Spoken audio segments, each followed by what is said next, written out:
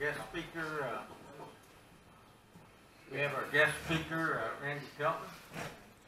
He's going to teach us how he makes our government employees do their job. And we need to learn how to do it. He uses their own laws against them and forces them to comply. Randy, will you please step up?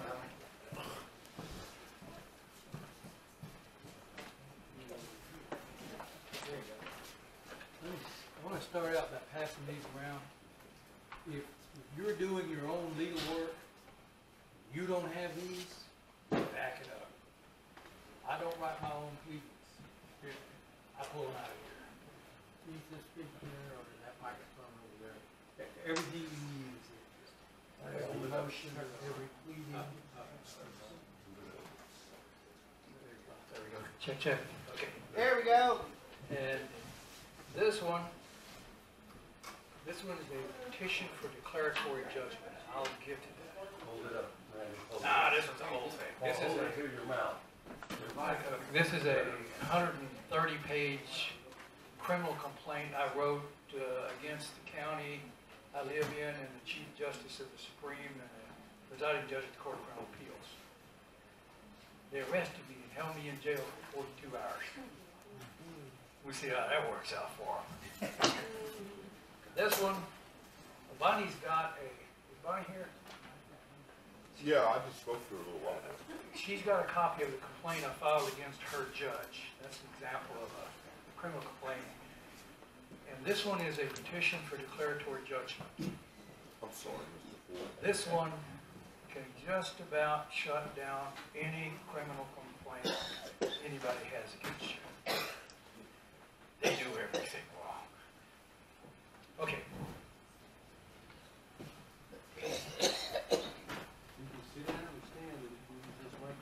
Is that on your website? Those, like that petition? You're going to talk on this one? Yeah, no, I'll talk on this one. Okay. That one's on. I'm going to try to get out of these petitions being This website or one of them? It's called jurisprudence.website.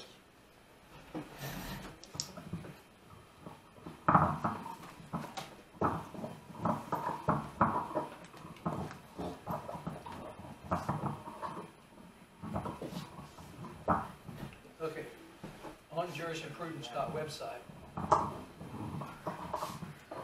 on jurisprudence.website, I've got all the stuff I've been doing over the last 30 years. On the, yeah, look at that one. Look, just,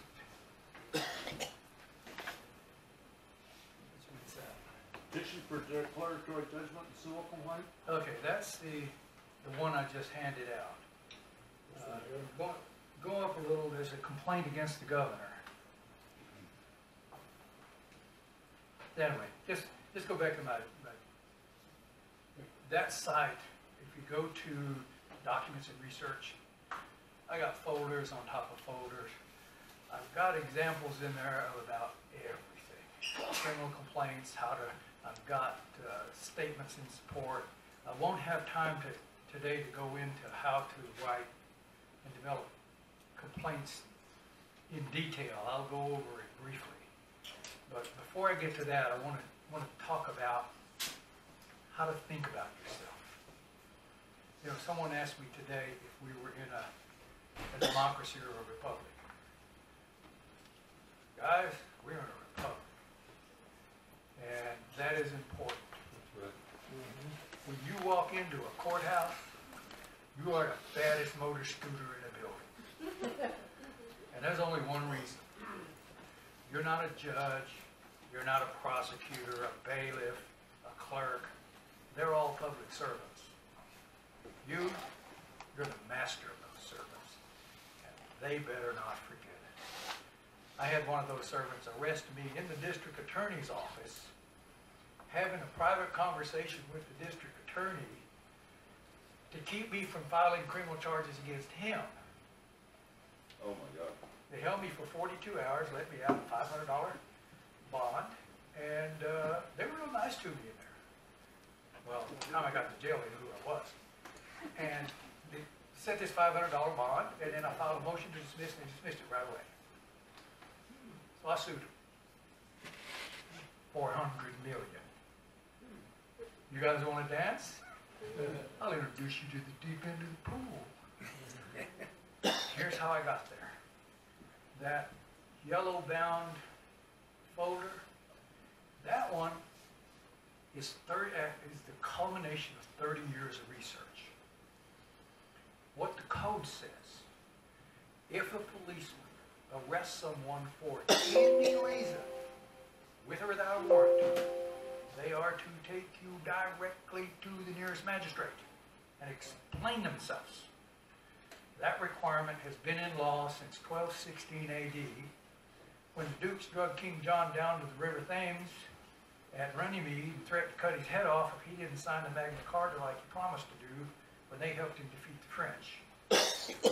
In that document, if a policeman or a sheriff arrested a free man for any reason, he is to take him directly to the nearest magistrate and explain himself. And it wasn't because they didn't trust the police. They didn't want the public to fear the police. They didn't want them to think that the police could arrest and imprison. They could arrest, but they did not hold the key to the jailhouse door. In Texas, we have those same laws. 14.06 on a on-site offense, 1516 on a warrant.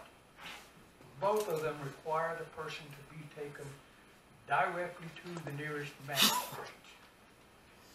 When they get to that magistrate, under 2.11 Texas Code of Criminal Procedure, when a magistrate sits for the purpose of examining into a criminal accusation, that is an examining court. And what I suggest to people, to better understand what's going on, get the penal code, read it. Don't try to understand it, just read it. Read through it.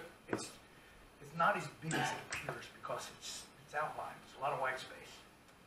And read about halfway through. When you get about halfway through, it gets into really esoteric stuff. But all that stuff we get charged with is between chapter 1 and chapter 40, maybe 42. When you get into the weird stuff, stop it. Go back and read it again. First time, don't try to understand it. Just read it. Because what you're doing is you're laying down mental markers. The second time you go through it, you read Article 2.10. It says that the magistrates, 2.09 says who are magistrates. It lists them all. 2.10 says the magistrate shall keep the peace in the state of Texas. 2.11 says the magistrate sits for the purpose of examining into a criminal accusation that's in the examining court. Second time you read it, you'll say, that's what chapter 16 is about. When you go through that code the second time, you'll start making those connections back and forth. Then we can sit down and have a really intelligent conversation about the code. It's easier than you think. The police, prosecutors, and lawyers, they want you to think this is difficult. It's not so difficult. I get up here and I do these presentations, and you hear me spouting out these codes, and you think, oh, that guy's got the code memorized. No, I got about a half a dozen of them. They keep coming up over and over and over. The critical one, 39.03. It says it mimics 18 U.S. Code 241, 242, specifically 242, the Ku Klux Klan Act. If a public official, acting under the color or pretense of his official capacity, exerts or purports to exert an authority he does not expressly have, or fails to perform a duty he's required to perform, and in the process denies a citizen full free access to or enjoyment of the right. Anybody ever had that happen to them? Yes. That's a Class A misdemeanor in Texas. We just filed we got a ruling from the district court, and we asked for findings of fact and conclusions at law under Rule 297.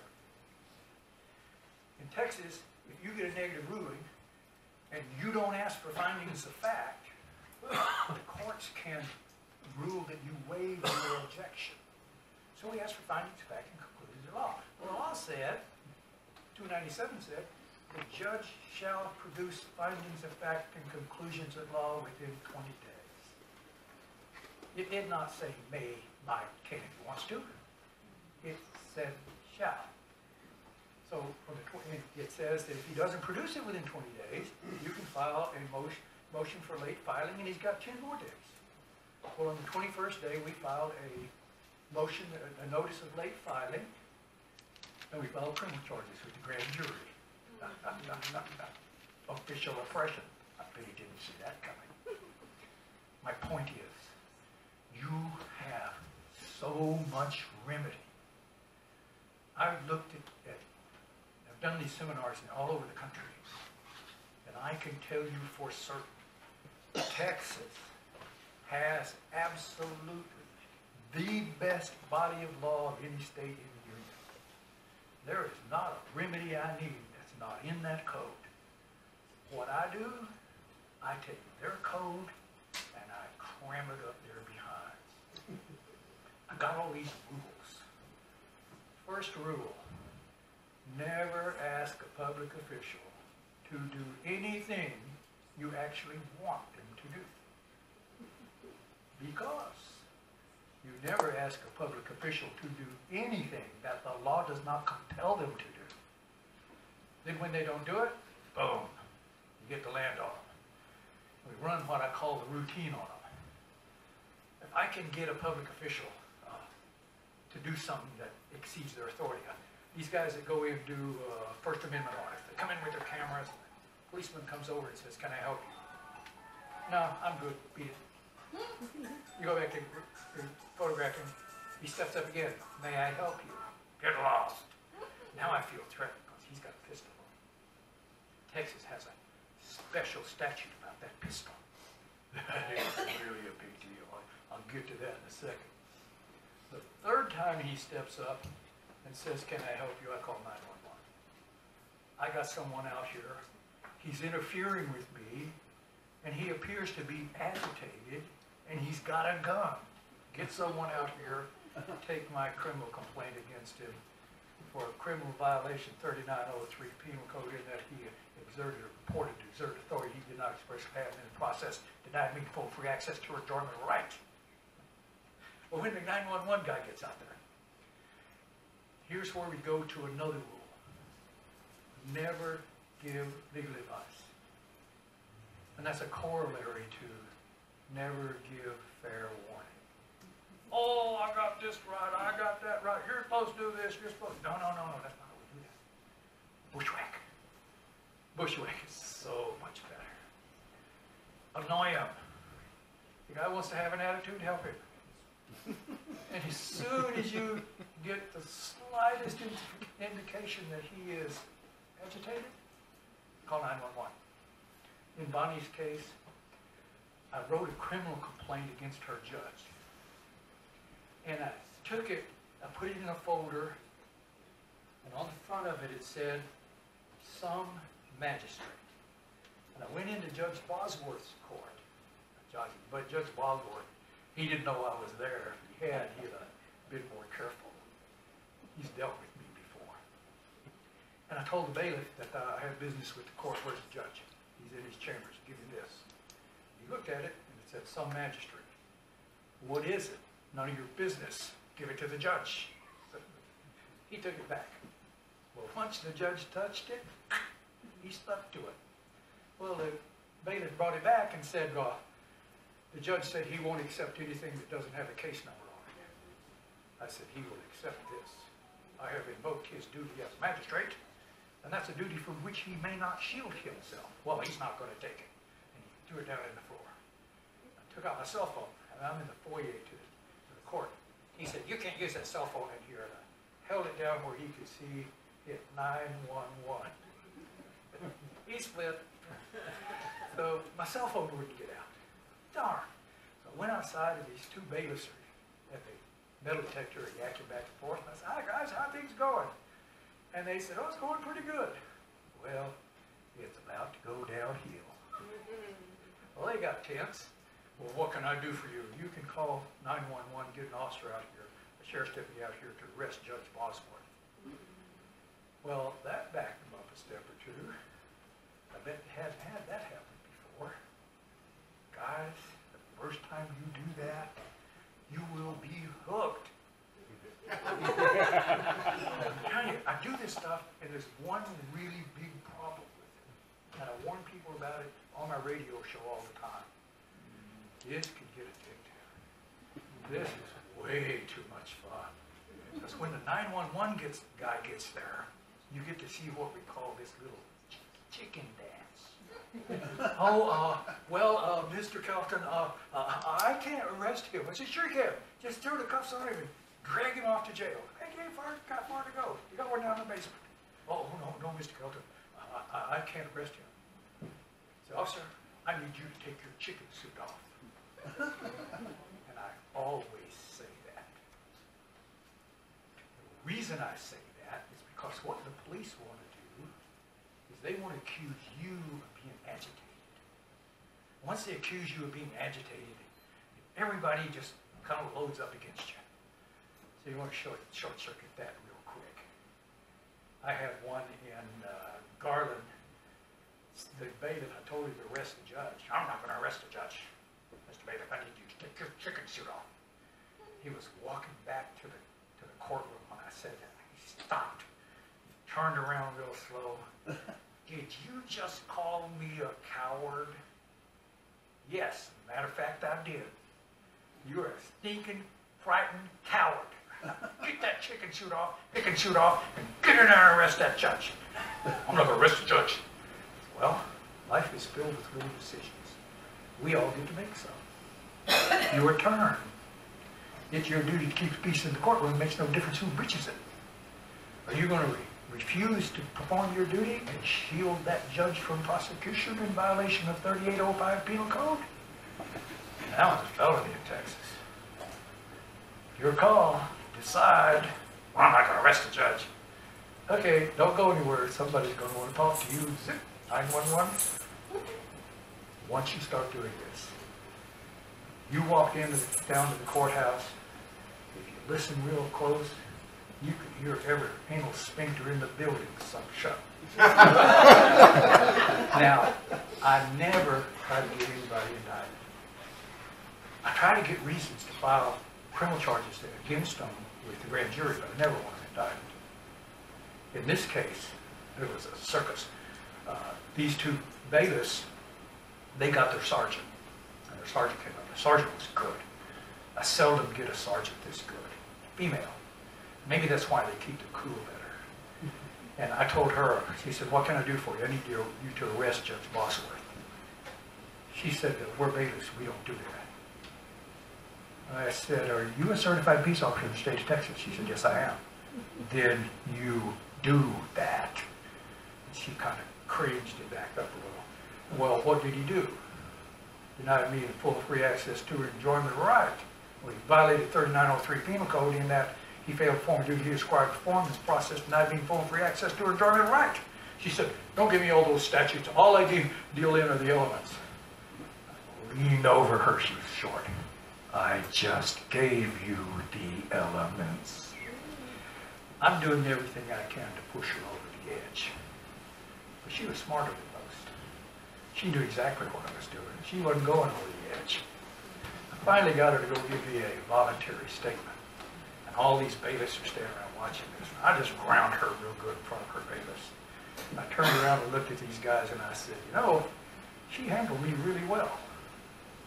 And I like to be handled really well. You could learn from her. Once you've done this a time or two, this part gets easy. If you want to affect change in Texas, this is how we do it. I've been doing this for a long time, but I'm just one guy. You go to Austin. I was in the last case I had in Austin. They appointed me counsel. I'll get to how to handle counsel. Oh, you guys going to court without counsel? We got to fix that. Go ahead and get counsel. I'll show you how to kick your lawyers behind every way from Sunday. Going to court is like sitting down at a four-sided chessboard. It's all about relationships. You sit down at your table, your lawyer's to your right, opposing counsel to your left, the judge across from you. You have a relationship with your lawyer. Your lawyer has a relationship with opposing counsel and the judge. Both of them have a relationship with the judge. You're the odd one out. The way to win your case is to get inside these relationships. I just had someone who was, their lawyer wasn't acting in their benefit, so I had him bar grieve the prosecutor. Bar grievances. Do you know what happens if you file a bar grievance against a lawyer in the state of Texas? The state bar will get that grievance and they will throw it in the trash. And that's a good thing. The reason it's a good thing is all these lawyers have insurance carriers. And those insurance carriers have an agent. And it is that agent's job to charge his client as much as possible and avoid any claims. There are 9 carriers of legal errors and omissions policies in the country, underwriters, and they're all underwritten by Lloyd's of London. They all have the same rules. 1 bar grievance, your first year of practice. They cancel immediately. 2 bar grievances in your 1 year of practice, they cancel. 3, they cancel your law firm's malpractice insurance. Valid, invalid, they don't care. You buy a new car, you get insurance on it. You go down to Walmart, you go inside, come out, somebody's backed into it, bashed a fender in. You call your insurance company, they come out and fix it, you increase your rates. You go down there next month, somebody bashes in another one. They come out and fix it, cancel. Your fault, their fault, nobody's fault. They don't care. You are an unacceptable risk. Lawyers are in the same place. A co-host is helping a woman in a foreclosure issue. And they're doing everything wrong. So every time they send him a letter, he bar grieves them. They send him a second letter, he bar grieves the whole law firm. He's on the 10th law firm. They disappear quickly. You got someone who thinks he has things under control, you start bar grieving his lawyer. Each lawyer he hires is going to know what happened to the first one, and their costs are going to go up. Which goes to another issue. You can never expect to win your case simply because you have the law and the facts on your side. To think so is naive. It is not that way now. Never has been that way, so long as we've had human beings as judges. You can expect to win your case if you have the politics on your side, and all politics is local. Now at first, that sounds horrible. But it's only horrible if you don't understand that's how it is. Now, I'm the law guy. I do everything right by code. But I understand code's not going to win me the day. What's going to win me the day is the fact that I am the master of the servant. And I can kick their behinds every way from Sunday. I can ruin every professional in the place. And there is absolutely nothing they can do about it. If you file a bar grievance against a lawyer, and somebody else asks you why you did that, we file a bar grievance against him for that. Because he's forbidden telling anybody about it. So it's like you go into court, and you both stand behind your tables, and before court starts, you go over your opposing counsel, and you kick him right square in his professional behind. He's got to stand there and act like he didn't do it. So guys, you want to fight? I will give you a romp through the legal system. You will not believe. I will cheat. I'll use every stinking low-down trick I can find because I learned it from you guys. The Republic of Texas, I gave a presentation to the Republic 7 or 8 years ago. If I can get the Republic of Texas to understand how powerful each one of you are, you guys can change everything. Go into any court in Tarrant County and mention my name. If you listen real close, you can hear the anal sphincter muscle pucker up. And what got this mostly was I was just screwing around one day. You gotta have some water. I'll get you some. I was just screwing around. Judge Hayes is a real nasty character, real mean-spirited judge. He was the JP of Mansfield. We're helping people stop foreclosures. And David was in front of me. In a foreclosure, you can represent someone, not be a lawyer. That's the only thing you can do that for.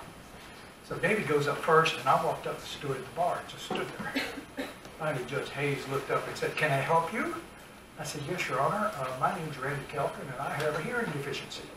"Well, Mr. Kelton, what's wrong with your hearing?" "Oh, Judge, I was down in Mexico the other day, and I drank too much of that cheap tequila, and I lost my hearing aid." "Well, why are you telling me this?" I said, "Do you have accommodation for the hearing impaired?" "No, I do not." "You got a sound system here where you turn it up." "No, I will not." "Well, then will you speak up?" And he did. Told the bailiff, if I didn't sound shut up, he's going to throw me out of the courtroom. So I sat down. They ruled against David. They called me up. Now the judge, when I walked in the door, already knew who I was. I'd hammered him a time or two. So he should have knew better. And he started the hearing. "Objection. I am here at arm's length to the court. I have a challenge to subject matter jurisdiction before the court." "Yes, Mr. Kelton, you just filed that 20 minutes ago." "Yes, Your Honor. As a matter of fact, I did." "Well, I'm going to deny that." You can't deny a subject matter jurisdiction challenge. Period. You just can't deny one. If I say, "I challenge your jurisdiction is gone. When you go into court, jurisdiction is assumed. And if it's not challenged, then you move ahead. If anybody challenges it, and they don't have to challenge it with cause, if they just say, "I challenge your jurisdiction," his jurisdiction is gone until he proves it, not opposing side. Now, he can get opposing side to do it for him, but he's the one that has to show he has jurisdiction before he orders you to do anything. He has to make sure that he can. So, he denied it. I said, "So you're going to deny that without even reading it?" "You have my ruling." "Yes, I do." I slammed my folder shut and stood up and said, "We're done here." I pointed at the bailiff. "You, come with me." I stormed out of the courtroom. I'm telling you guys this because you go into these courts, and everybody's afraid of this judge. Screw that judge. He's got two jobs. Determine the facts in accordance with the rules of evidence, apply the laws that comes to him with the facts in the case. If he wants to try something else, we're going to dance.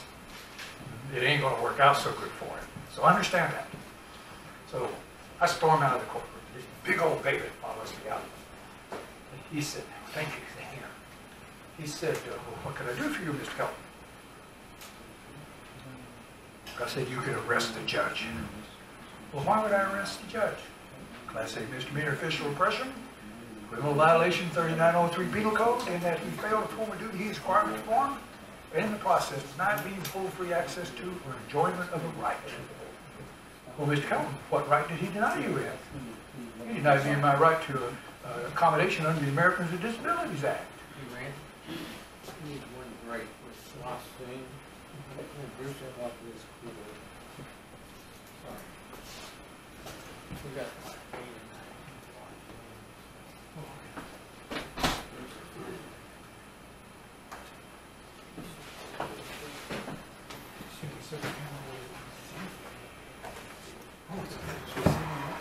Yeah.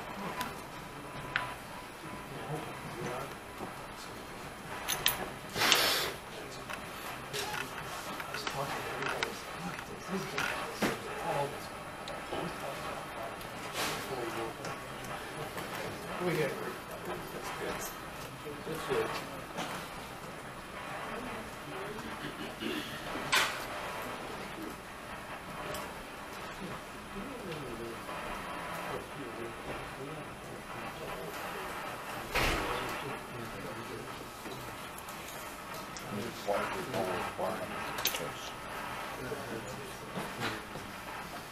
I sent Brian the form. So if you have access to it,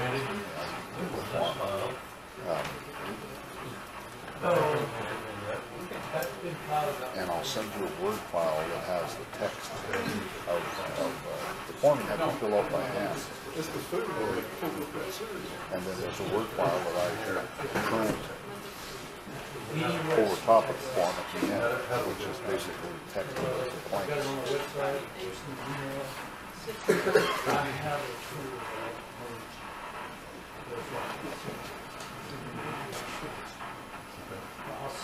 Jurisprudence.website.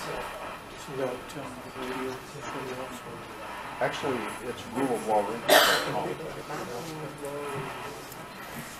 Is that your website? Kelton? That's one of them. Okay. All one word. Rule of law. Yes. Hold small. All one word. Email address. So there's no spaces.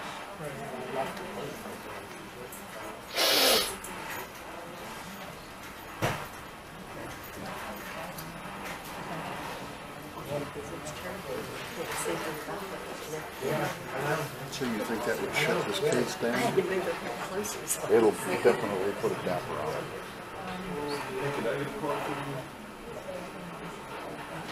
Don't you need a cause?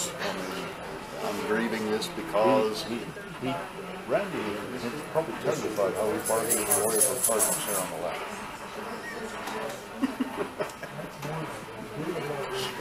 Oh, that's funny.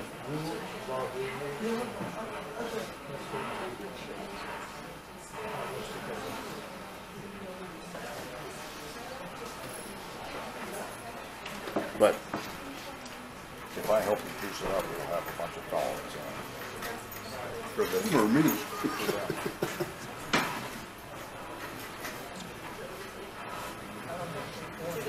Well, nothing better than to put this in my rear view mirror. Yeah, well, we need to help you do that. Mm-hmm.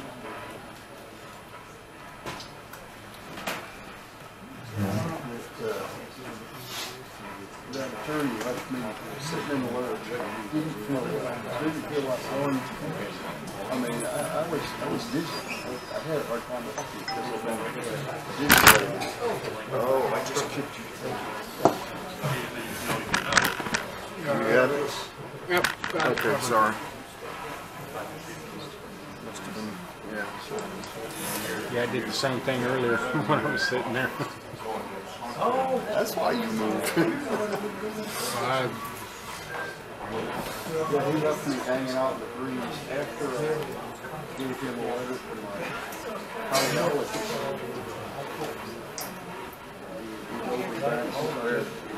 I got this straight. Your doctor's saying that you're in a high pressure situation that you can get a heart call or a stroke. Yeah, pretty much. And so he left me sit there and This is the county. Okay. Back where we were. The point of this story is, you go in there and jerk around the judge if you want to. He's got limits in what he can do. So the bailiff asked me why I wanted to arrest the judge, and I told him he denied me my right to accommodation under the Americans with Disabilities Act. And the bailiff said, well, why didn't you tell the judge about the Americans with Disabilities Act? Well, hell, if I'd done that, he might have turned the sound up. The bailiff stood there a minute, and this grin come across his face. You set him up. Yeah, he's a sucker for that one. This bailiff is huge. He said, he was a sucker for that one. Now get in there and arrest him. I can't arrest the judge. Sure you can. Look at you. Big strapping officer. Got that pistol on your hip. You need to take your chicken suit off. I ain't taking my chicken suit off. I saw him 2 days later in a political rally. He taught me a valuable lesson. I was wandering around the pavilion, and I saw him when I came in. I thought he looked familiar, but I didn't recognize him.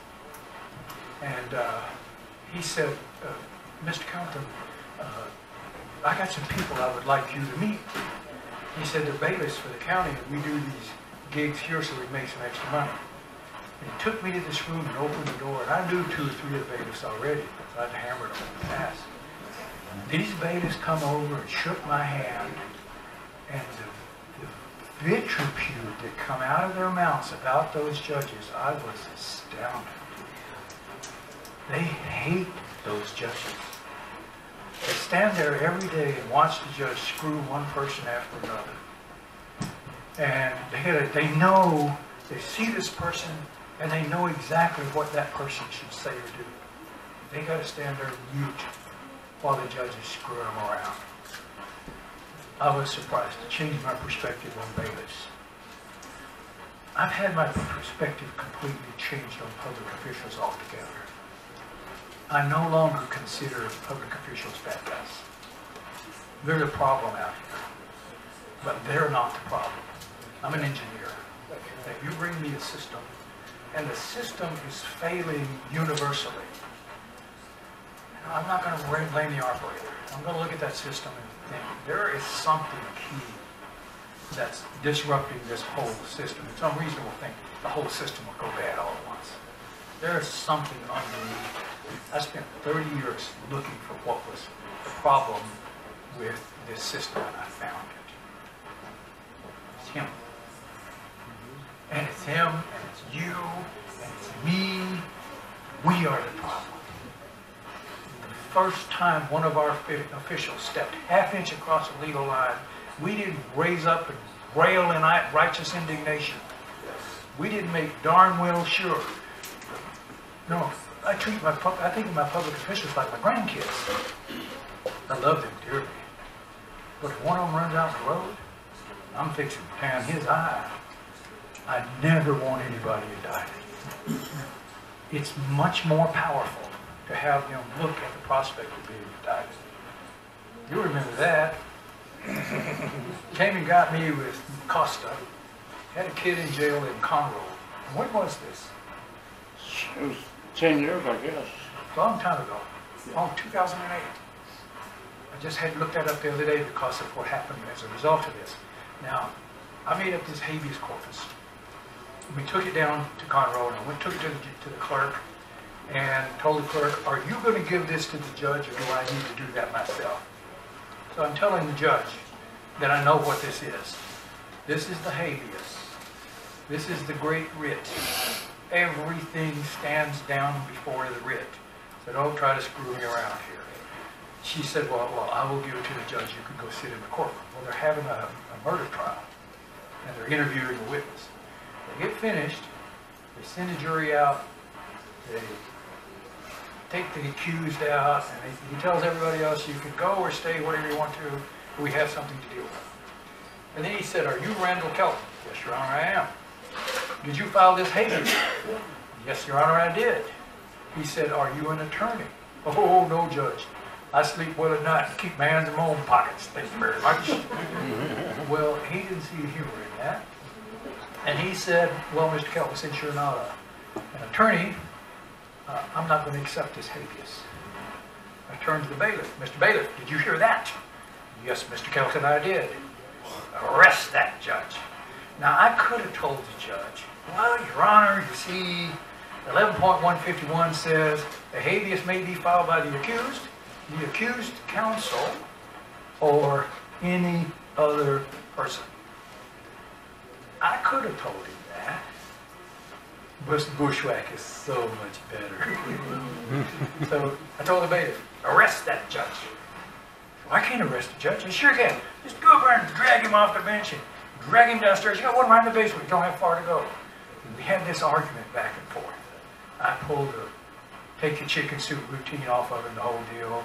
Life's filled with little decisions. We all get to make some. You're going to arrest that judge in accordance with your duty under Article 2.13 Code of Criminal Procedure? Or are you going to shield that judge from prosecution in violation of 3805 Penal Code? Your call. That one's a felony. When he absolutely refused, the judge picked up the gavel. And he said, Mr. Bailiff, if Mr. Kelton doesn't leave my courtroom, you're to arrest him. I said, Your Honor, with all due respect, that's cheating. He held up the gavel and rolled it around, and he said, maybe. Well, I got the gavel. Yeah, good point. You, come with me. I stormed out of the courtroom. That was so much fun. And then I took that habeas, because I'm trying to get this kid out of jail. So I took it to Texas Court of Criminal Appeals, highest criminal court in Texas. And the clerk said, I can't accept this without a motion for leave to file. I said, are you kidding me? This is a habeas, the great writ, the writ of right. This court has no power to grant or deny leave. You know, the Court of Criminal Appeals in Texas, for the last 30 years, had been requiring a motion for leave to file, and if you were pro se, they denied you leave. Every lawyer in Texas knew they were doing this. And not one of them made a peep. Because they couldn't. They didn't dare do anything to upset those judges. And we'll get to the weakness of lawyers in a bit. So I told him, this is a great writ. They have no power to grant or deny. Well, I got to have it in order to take this fight. Well, I got this kid in jail. Not my fight. I'm trying to get him out. So I make up a motion for leave to file. I, Randall Kelton, hereby move the court to grant me leave to file habeas, and signed the file. They denied it immediately. Say what? You deny a habeas? Are you out of your mind? Went straight to the grand jury. Made up a 119-page complaint. Move this up a little. You'll find it right there. Writ of habeas corpus? That's the habeas I filed for. What was the kid's name? Carl. Carl. Okay. Danny Schultz, wasn't it? Schultz. Danny Schultz. Yeah. German name. Okay. So I filed this with the Court of Criminal Appeals. They denied it. I went to the grand jury, made up a 119-page criminal complaint against them. The district attorney, when I went to the grand jury, I had a camera crew with me, big stink. The assistant DA came in and said that I couldn't file that with the grand jury. Is that a fact? She said, that's a fact. Don't go anywhere. I'll be back tomorrow. I came back the next day with criminal complaints against her, Claire Austin Brown, for obstruction. That's how we do this. Never ask a public official to do anything you actually want them to do. That's when they don't, boom, you hit them. I wound up bushwhacking the head criminal district judge in Travis County in his courtroom. There's a trick to this. You want to find a time when the judge is holding motion hearings. Because these lawyers, they all file these same motions. And they were lined up in front of the judge. He's just going through 30 seconds at least, because they're standard stuff. And I walk in, and they're having a hearing right at the bench, because there's so many of them, it's going so quickly. And I walk in, I've got a nice suit on, and I got a red folder. Red folders matter. They can't help themselves. You gotta know what's in it. So I pointed to Bailey, you, come here. Now, he's used to lawyers coming in there like meek little lambs, because they're terrified of the courts. He's not used to being ordered around. So he come over, can I help you? Yes, you can. My name is Randall Kelton. I always tell him my name first, because I don't want any questions. My name is Randall Kelton, instruct the judge that I have business with the court. They always say the same thing. May I tell him the nature of the business? There's two things to do with that. Either give him the folder, which I wasn't inclined to at that point, or tell him, no, you may not. I have business with the court, and it's none of yours. You're dismissed. I wasn't really PO'd. And that worked. He was pretty PO'd. He stood there just shaking for a minute. I went, go. So I go sit down. Well, what's he going to do? He's a bailiff. It's not his court. So I go sit down. The judge, the bailiff ran up to the judge, jibber, jibber, jibber, jibber, and the judge looked out at me, jibber, jibber, jibber, jibber. I'm holding this red folder. And the judge just can't help himself. He's got to know what's in it. So he finishes his hearing, and he said, are you Randall Kelton? Yes, Your Honor, I am. I understand you have business with the court. Yes, Your Honor, I do. I held up this folder and said, may I approach? In court parlance, what that means is, can I give you this folder? He said, well, come on up. His name was Bob Perkins. Genuinely a nice guy. Very pleasant, very upbeat. I walk up, I hand him the folder.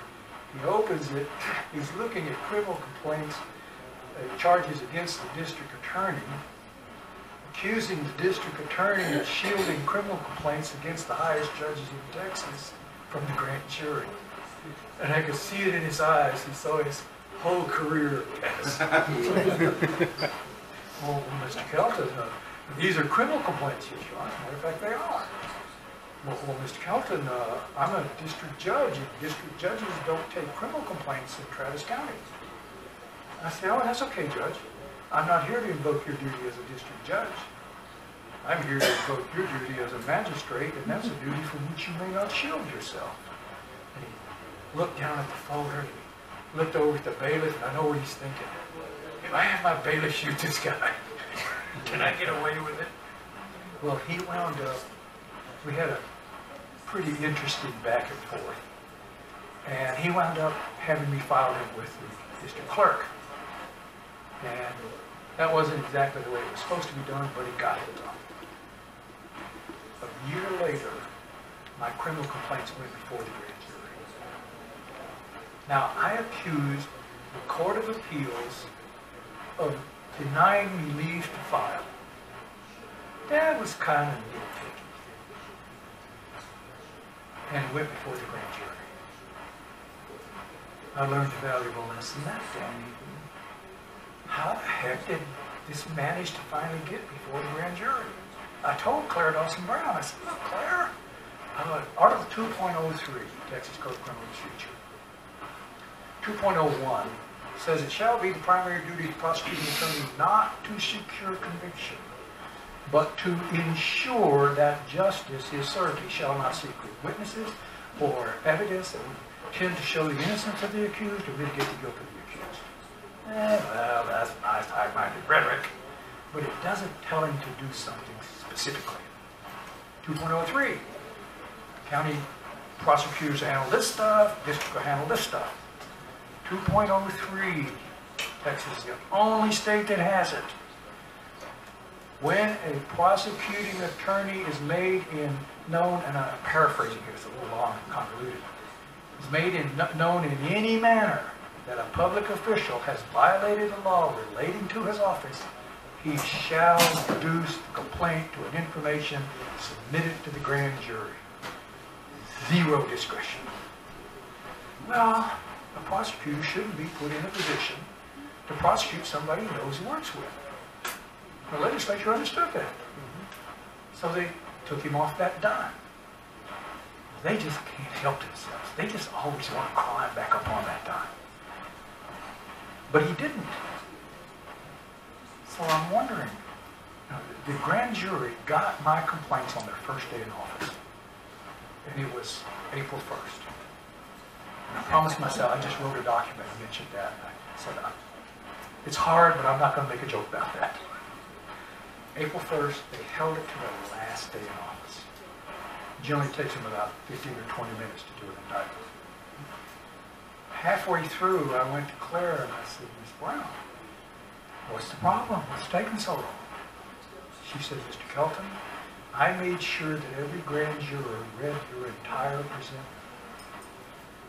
Say what? That's 119 pages. My habeas was in there. She's not trying to get these judges off. She's trying to get them indicted. What the heck is going on here? Everything is political. You'll never win the case simply because you have the law and the facts on your side. Ron Earl, 25-year district attorney. He's a Democrat. He's retiring. All 9 of these judges are Republicans. He's trying to take them with him, the dirty rotten scoundrel. They will never be afraid of you. What they'll be afraid of is the political cannon fodder you'll create for one of their political enemies. And that's where your power really is. When you go after a jurisdiction, look around. Who's up for election? Who's already had difficulty? Who has a strong opponent running against them? I filed a 151-page criminal complaint against the governor for his executive orders. I accused him of sedition.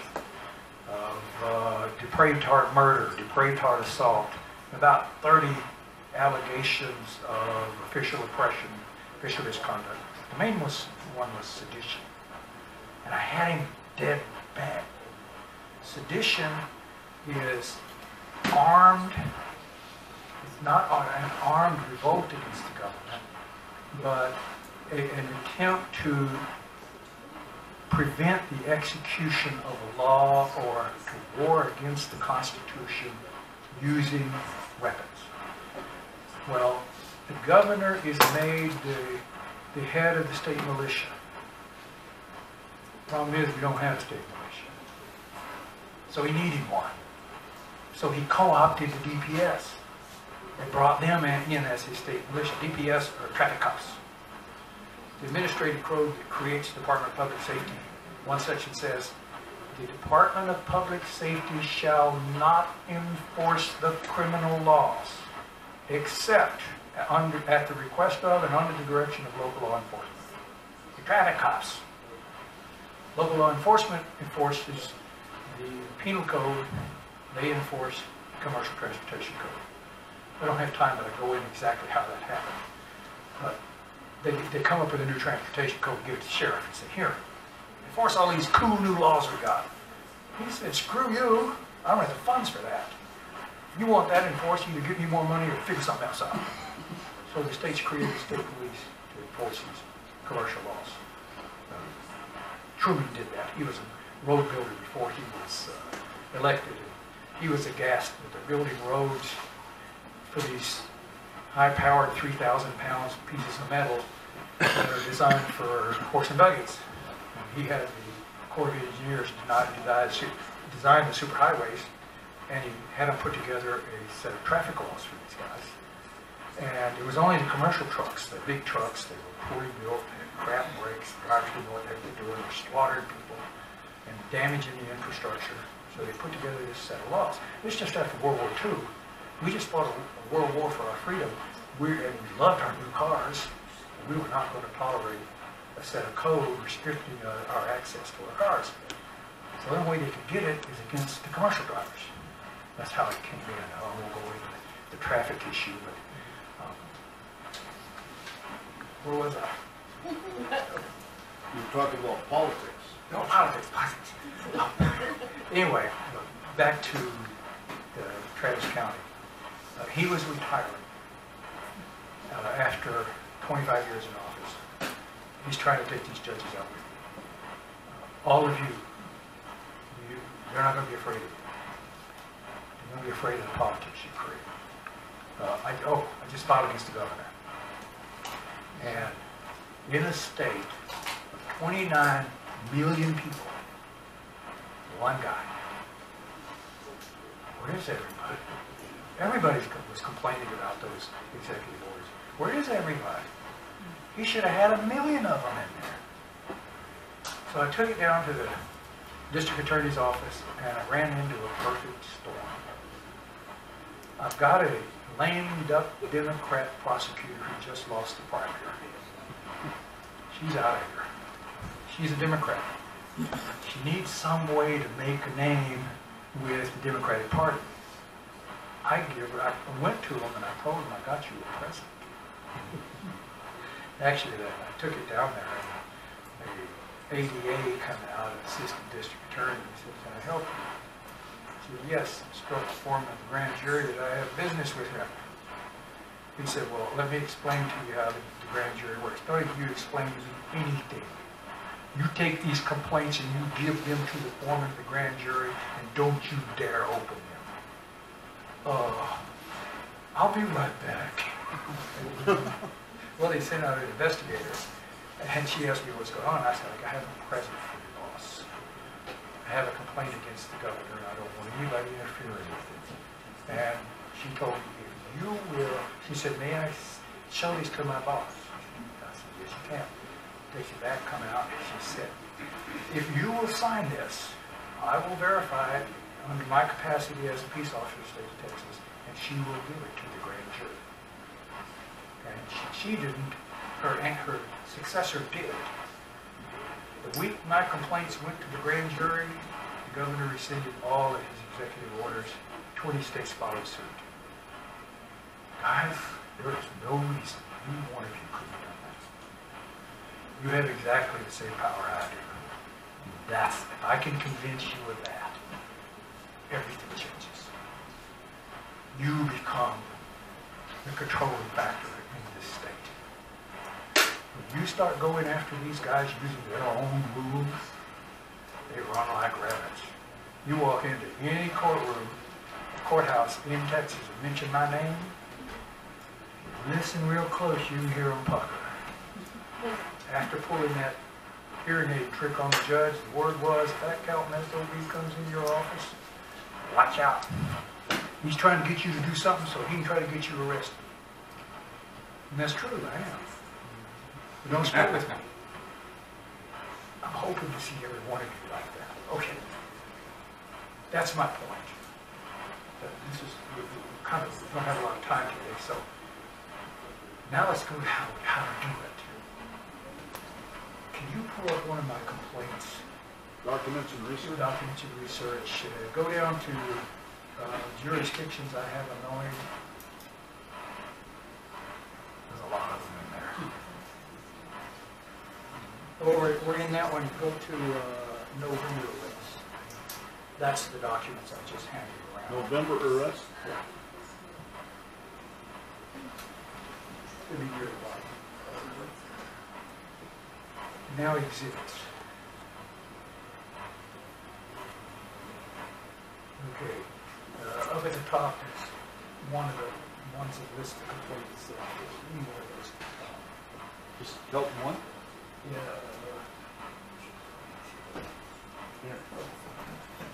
Yeah. I think the second one of them says 7-9. 7-9. Right at the top. Oh, it's at the top? There's Abbott criminal complaint. That'll work.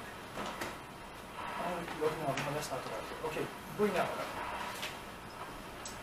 This one's a little too big to demonstrate well. But what I do when I do criminal complaints, first thing you do is write a timeline. Timeline is the most important document you'll ever create.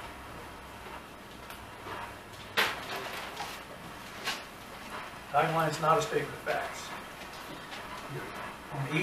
Each on a separate line, you put the date, this happened.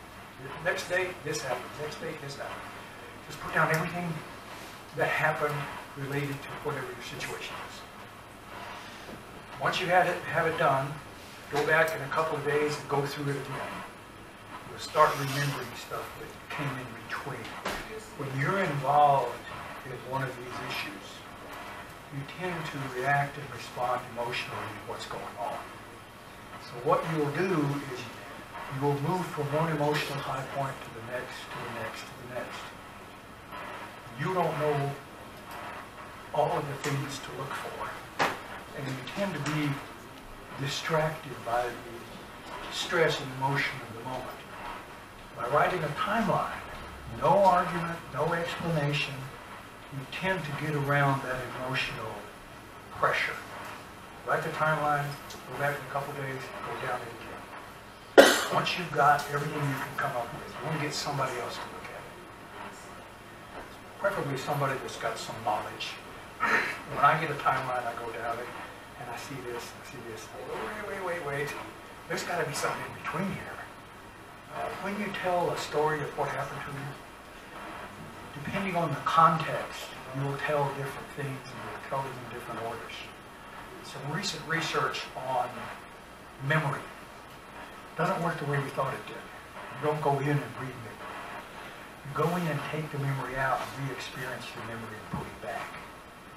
That's why people have so much trouble getting facts out of place. Because they re-experience the memory from a different context and then stick it back in there. The original stuff's in there, still in there. But when you go back in, you find the latest one you addressed. So you build that timeline, and that helps you get back to what happened originally. I've been caught in court raising an argument out of sequence. That was really embarrassing. and they clobbered me big time over it. This helps you to organize everything. Once you have that timeline, then use the timeline to tell your story. When you look at a complaint, if you look at a lawsuit starts with plaintiff will show the court the following, kind of an introduction. This is what I'm going to talk about. And then it goes to a statement of facts. These are the facts of the case. And then it goes to points and authorities, where it takes the facts and stitches them together with law and shows how the law should be applied to the facts. And then it goes to claims and causes of action, reports and causes of action. Well, that's how they're set up, and then it goes to a conclusion and a prayer. But that's not how you do it. You make the timeline first. That won't go in the document. That's for you. Then you take that timeline and you turn it into your points and authorities. Now you tell the whole story. But you tell it in accordance with the timeline. Once you have the timeline completed, then once you have, the points and authority, you have your story, tell your novel. Tell everything that happens. Doesn't matter if you think you're going to use it or not, put it all in there. We can take extra stuff out later, but we don't want to miss anything. Once we've got that, we've got the backbone for everything. Now we look at that and say, okay, what claims rise out of these facts? And then you create a section of claims, cause of action. So you put in the cause of action, and cause of action takes a little different set of facts and elements than the claim will in your points and authorities. A cause of action, a criminal complaint is a cause of action. That's specific to criminal. In civil, there are torts and causes of action. Causes of action are defined. Fraud by non-disclosure. It's got a set of elements. There's a book floating around, causes of action. Anytime you're going to make a complaint, get one of these books. These are litigation guides. You don't really think lawyers know all this stuff, do you? They don't know squat. I got a good secretary. Lawyers go to college and they're taught how to argue legal issues. They don't learn how to practice law. Once they get out, they all want to get picked up by a law firm, and the lawyers teach them how things actually work out here in the real world. And one of the first things they find out is, don't write those pleadings. You crazy? Get the litigation guide. Everybody uses the litigation guide so that when the judge sees the pleading, he will see everything in exactly the place he expects to see it. All of the basic law is already in there. Everybody uses exactly the same law. So he don't have to mess with it. He recognizes, he's seen this 100 times. A friend of mine's in a foreclosure issue. He's my civil go-to guy, civil strategy. But he didn't know foreclosure. He came to me, he wrote a motion for restraining order. He sent it to me, he said, what do you think? It's a piece of crap, Ken. He said, think you can do better? All right. So I sent him one. He took it to court, gave it to the judge.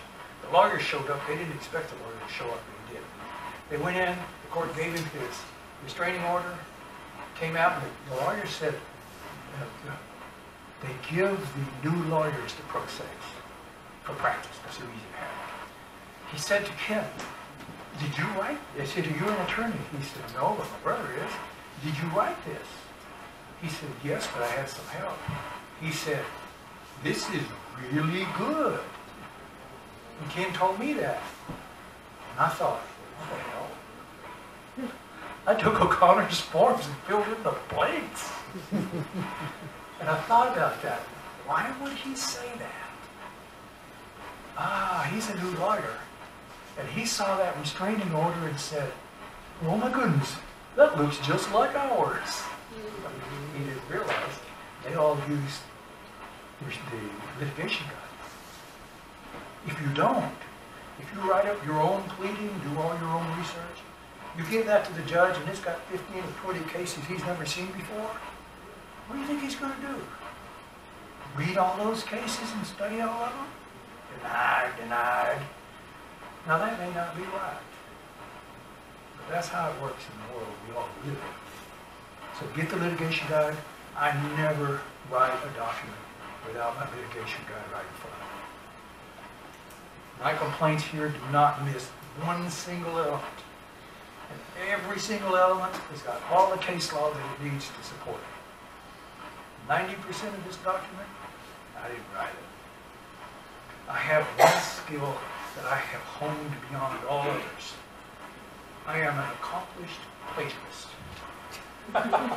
If you're writing a document and you're not dropping in pieces of case law and then crafting intros and outros, changing the case so it reads right, you haven't done enough research.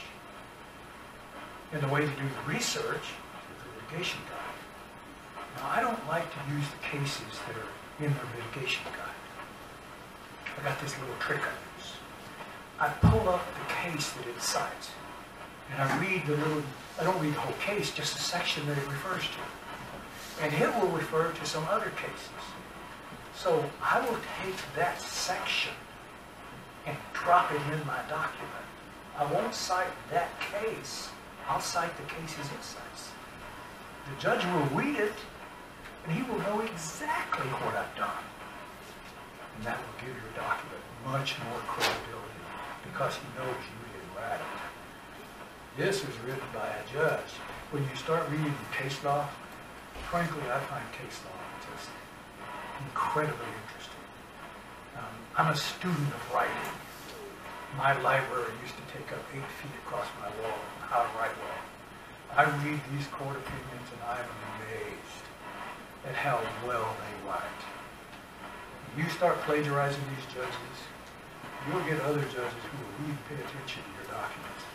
90% of your work's already done for you. This is not near as hard as it appears. So you write out your points and authorities. You go down the litigation guide to each issue, each element, each criminal complaint you're going to allege. You call up the complaint and it'll tell you how to write it and what all the elements of that charge are. If you miss one of them, you don't have a claim. Same thing with causes of action. See, fraud by non-disclosure. The party must have made a voluntary statement. The party must have failed to disclose. The party made a voluntary disclosure and failed to disclose a piece of information. The party must have reason to believe that you don't have access to that information. You must accept and believe the statement of the party, and you must be harmed by it thereby. You have to argue each one of those. You miss one, the court has no power to rule in your favor. You can go into the court with the most elegant stories and the most convincing arguments, but if you don't give the judge facts and law, you cannot rule in your favor.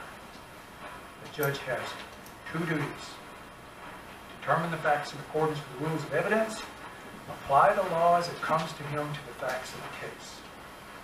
And this goes to another really important thing to understand. You should never expect to win your case in the trial court. No lawyer expects to win his case in the trial court. He doesn't care. When you write a document, you write it for the Court of Appeals. And the Court of Appeals, the only thing they can look at, facts and law. Now, a trial judge doesn't care so much about that because his rulings don't become law. So he's generally trying to find an equitable ruling between the 2 parties. A good, honest judge, that's what they do. When you appeal it, and the Court of Appeal gets it, what they rule, every other lawyer in the country, in the state, can use as fixed law.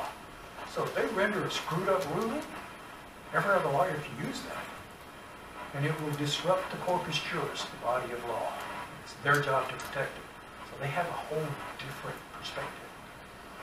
When you go into court, and the only thing you're doing in the court, in the trial court, is setting the record, the judge and the lawyer on the other side will figure that out pretty quick. Because you can't do anything that annoys you. Can't do anything to cause you to feel betrayed. That's the tool they use against us.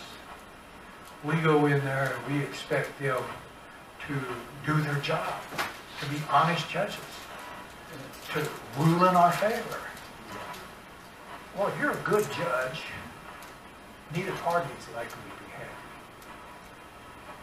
happy. I was talking to someone about family law. If you're a good family law judge, both parties are going to be upset at you. Deal with it. It's how it works.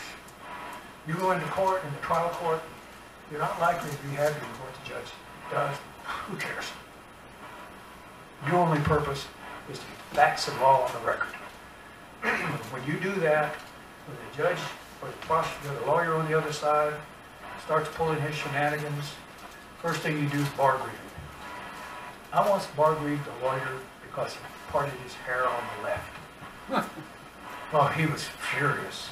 And after the case, he said, "What'd you do that for?" I said, "Well, if I'd have grieved you for what you really did, they might have disbarred you." But it still put a mark on his record. So he just bar grieved the snot out of him. Every time the judge moves, you don't like it, file a judicial conduct complaint. If you have reason to believe that the judge failed to properly apply the law to the facts, Texas has a case that I've not seen anywhere else. It's Packer v. Walker. Oh, it's good.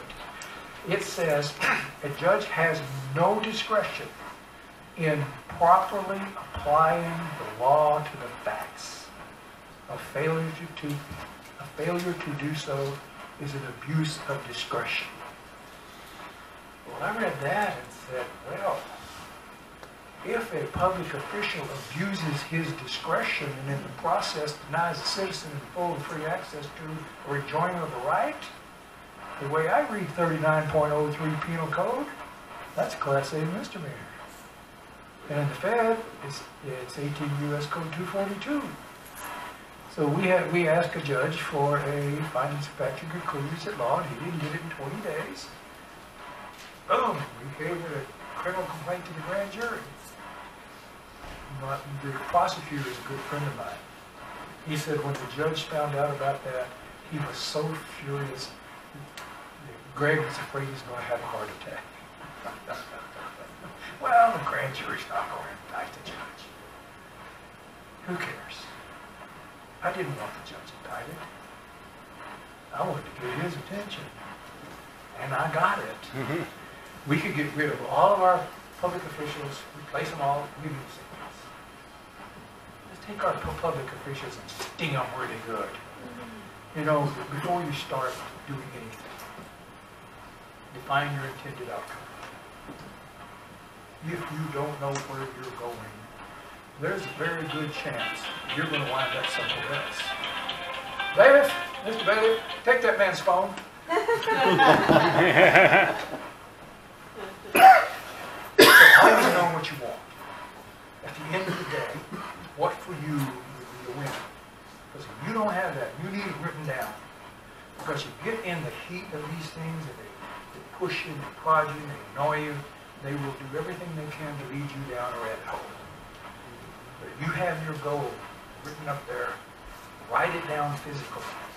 Keep your eye on it. It will keep them from being able to lead you astray. Whenever I get into one of these battles, it is never a problem finding criminal complaints to file against public officials. They will give you more than you can possibly get to them. I mark them all down, and then I look at my intended outcome, and then I look at my story I'm telling, and I say, okay, how can I stitch these complaints into my story so that they follow one from the other? You see, you do the causes, the points and authorities, you do the causes of action, then you go back into a statement of facts. A statement of facts is an art form. You write your introduction. Your Honor, this is what I'm going to tell you. This is what I'm going to prove. So you've told the judge or the jury how to read your statement of facts. So they're going to read your statement of facts in a way that makes sense and leads to the claim you told them you're going to make. So you don't tell them all the facts. You remind those facts that when a reasonable person of ordinary prudence reads them, they would tend to stitch things together and come to the conclusion you want to come to. Then when they read your points and authorities and you come to those conclusions, now they may not agree with you. They may not necessarily rule in your favor, but if you have came to the same conclusions that you got them to come to in your statement of facts, you're going to get a lot more credibility from the judge. A lot more likely to win the case. Every single document you do this way. And when you start producing documents for the court, each step through building this leads to the next step. And then you file your suit, and the judge rules against you. So you file a motion for request for findings of fact and conclusions of law. You include in that your own findings of fact and conclusions of law. You tell the judge, you take your original suit, and I made these claims, I proposed these laws should apply, I stated these facts, and the laws should apply to the facts this way. And then you ask the judge to either accept your findings of fact and conclusions of law or prepare his own. Whether he accepts yours or not, they're in the record. And what you've just done is created half of your appellate document. You created your findings of fact and conclusions from your lawsuit. That did most of it. You just add a little law to the claims in the suit, and you've got your findings of fact. When the judge denies that, you take the findings of fact, add a little more to it, you've got your appeal. Every step leads to the next. This gets to be a habit. It is very easy to produce these. Now I'm going to go to criminal complaints specifically. Almost always you have a whole bunch of criminal complaints. You very seldom ever find one in isolation. So you write up a story about all the things that happen. But when you're writing the story, you have in mind that you're illuminating one criminal act after another. So you write it where you say, on or before this date, the defendant did this, that, or the other. Then when you create a criminal complaint, the criminal complaint in Texas has a special heading. It says it must run in the name of the state of Texas. So the complaint starts with in the name and on the authority of the state of Texas. Every one of them does. Then there's a paragraph that has to be on all of them. I've got a whole bunch of examples in there. A stack of them. It has a paragraph that says, I, Randall Kelton, have reason to believe and do believe based on the following. That is a required sentence.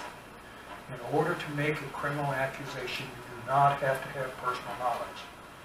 You merely have to have reason to believe and do believe. So that's my first paragraph, based on the following. And then the next section is shrunk, one font size, maybe two.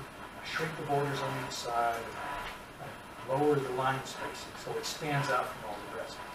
You go to your statement, capture that section out, drop it in the criminal. And then you put the bottom paragraph. Based on the above, certain person on or before this, the making and filing of this complaint on this day committed the act of, name the act in violation of, you put the penal code citation and then cite it. The top and bottom is always the same. You go to your statement that you wrote, grab the section that defines this complaint out, and drop it in the complaint. If 2 or 3 people were involved in it, you drop it into 2 or 3 different complaints. Just maybe say you got 3 cops here who did that. Use one for each cop. That way, the grand jury's going to read your statement. And then they're going to go back and they're going to read your complaint. And your complaint is going to reiterate exactly what was in the statement. So it tells the grand jury exactly where this occurred in the overall scheme of things. In this particular one, not this one, the lawsuit I just filed, where they arrested me and held me there overnight, I got 50 criminal complaints. And those criminal complaints have sections of my statement of facts in it. Every one of the complaints comes directly out of the statement of facts. It makes creating a criminal complaint much, much easier. Every step leads directly to the next. That's basically how to do it. Once you start writing, if you have questions, call me. There's not much to it. There's only one thing that renders a criminal complaint absolutely void. You get the date wrong. If I accuse someone of doing something tomorrow, it's a critical flaw. It goes in the trash. So that's the only thing that makes one necessarily void. Criminal complaints are intended to be filed by ordinary people. So they're not expected to be perfect. When a prosecutor receives a complaint, he is to produce an information. If you want to know how a complaint should look, go into any criminal file and pull out the information. The officer writes a complaint.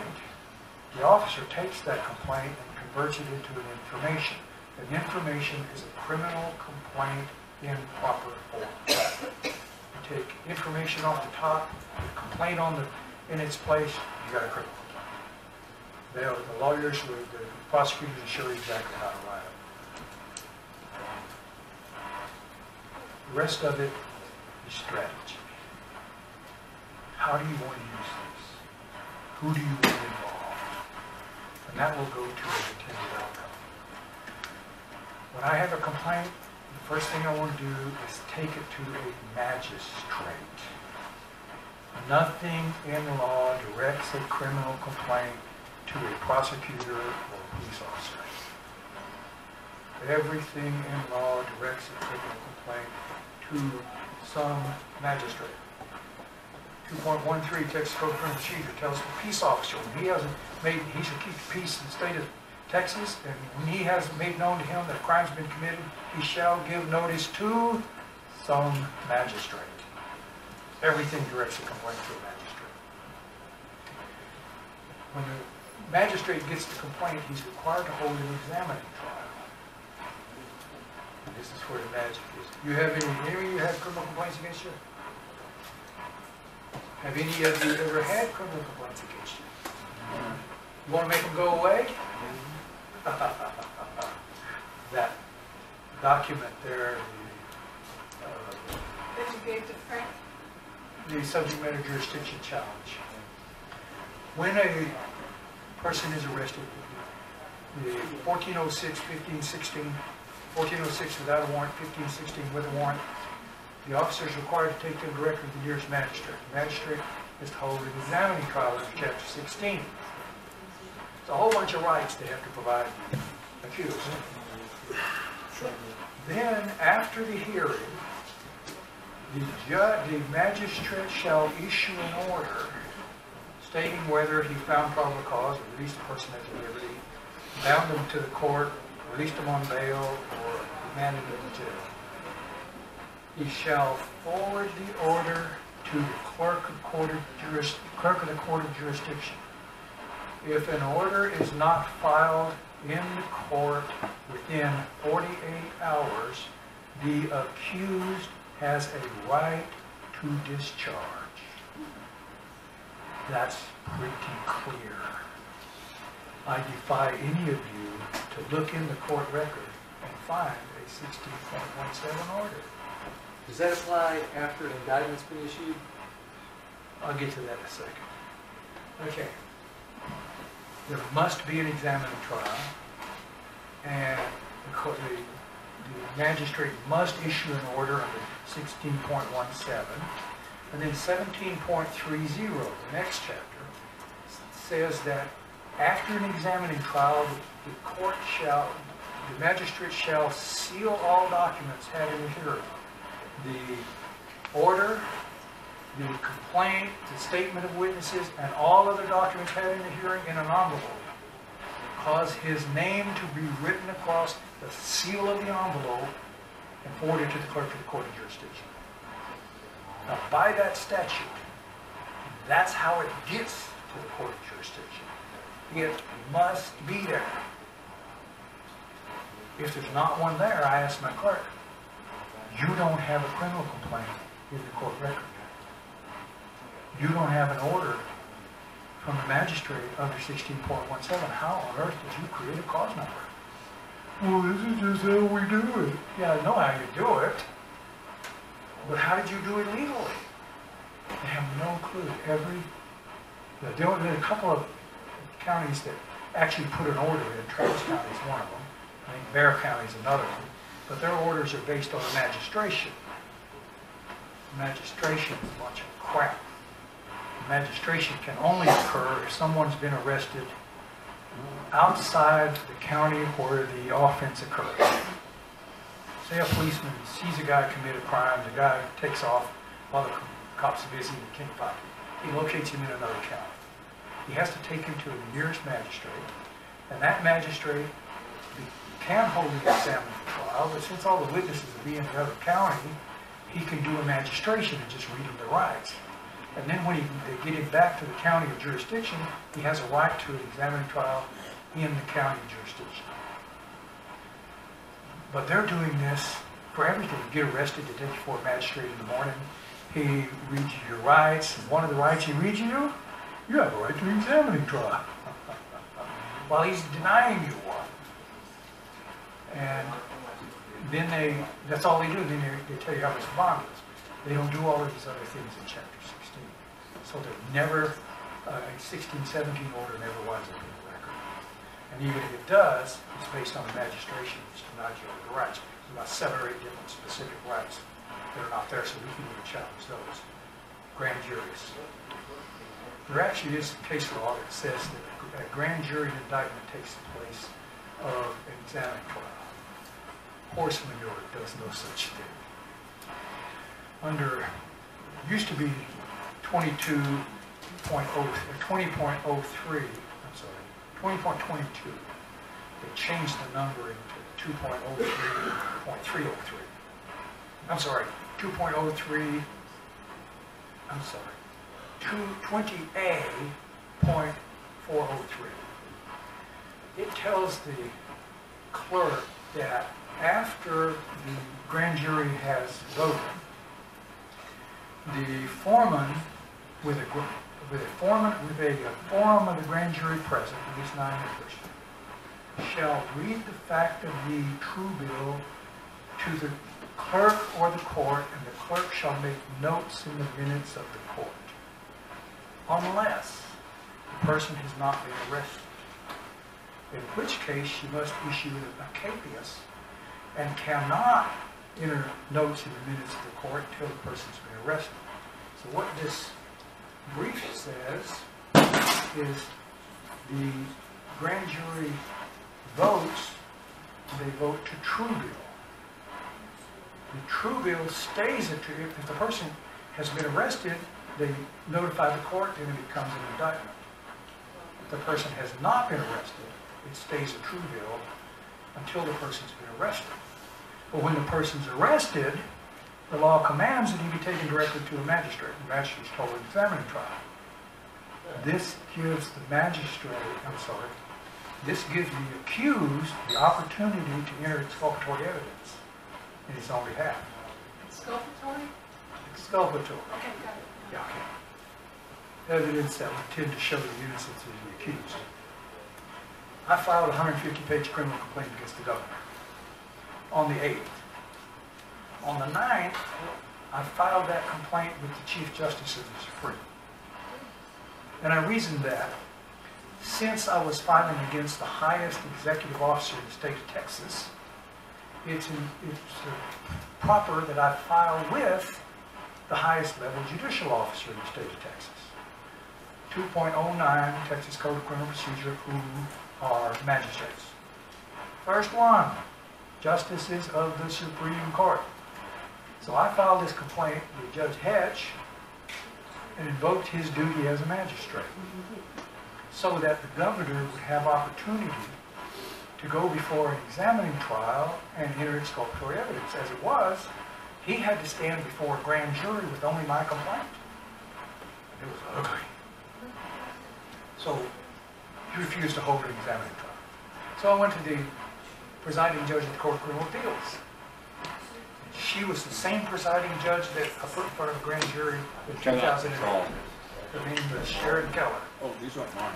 She'd already been there. She should have knew the problem. She spent 3 months in front of a grand jury wondering if her career was going to end. Nothing she could do. They got it on their first day. They no-billed on their last day. All 9 of those judges had to sit there and wonder if their career was going to end the next day. They had absolutely nothing they could do. And I brought that up to her. You should recognize this. The governor had a right to an opportunity to enter exculpatory evidence, and the Chief Justice denied him that right. I won't even indict him.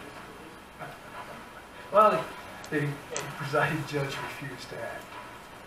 So I went back to the county I'm in, and I was demonstrating that this failure on the part of the system starts at the top and goes all the way to the bottom. And by going back to the county I live in, that gave me jurisdiction in Travis County, so I could drag all these guys from Wise County down to Travis County to get them tried. Played them like a fiddle. And they fell for it. They did everything exactly the way I expected them to. And all I expected was that they would refuse to do what they were required to do. At this point, I think I went through most of the basic stuff. Anybody have any questions?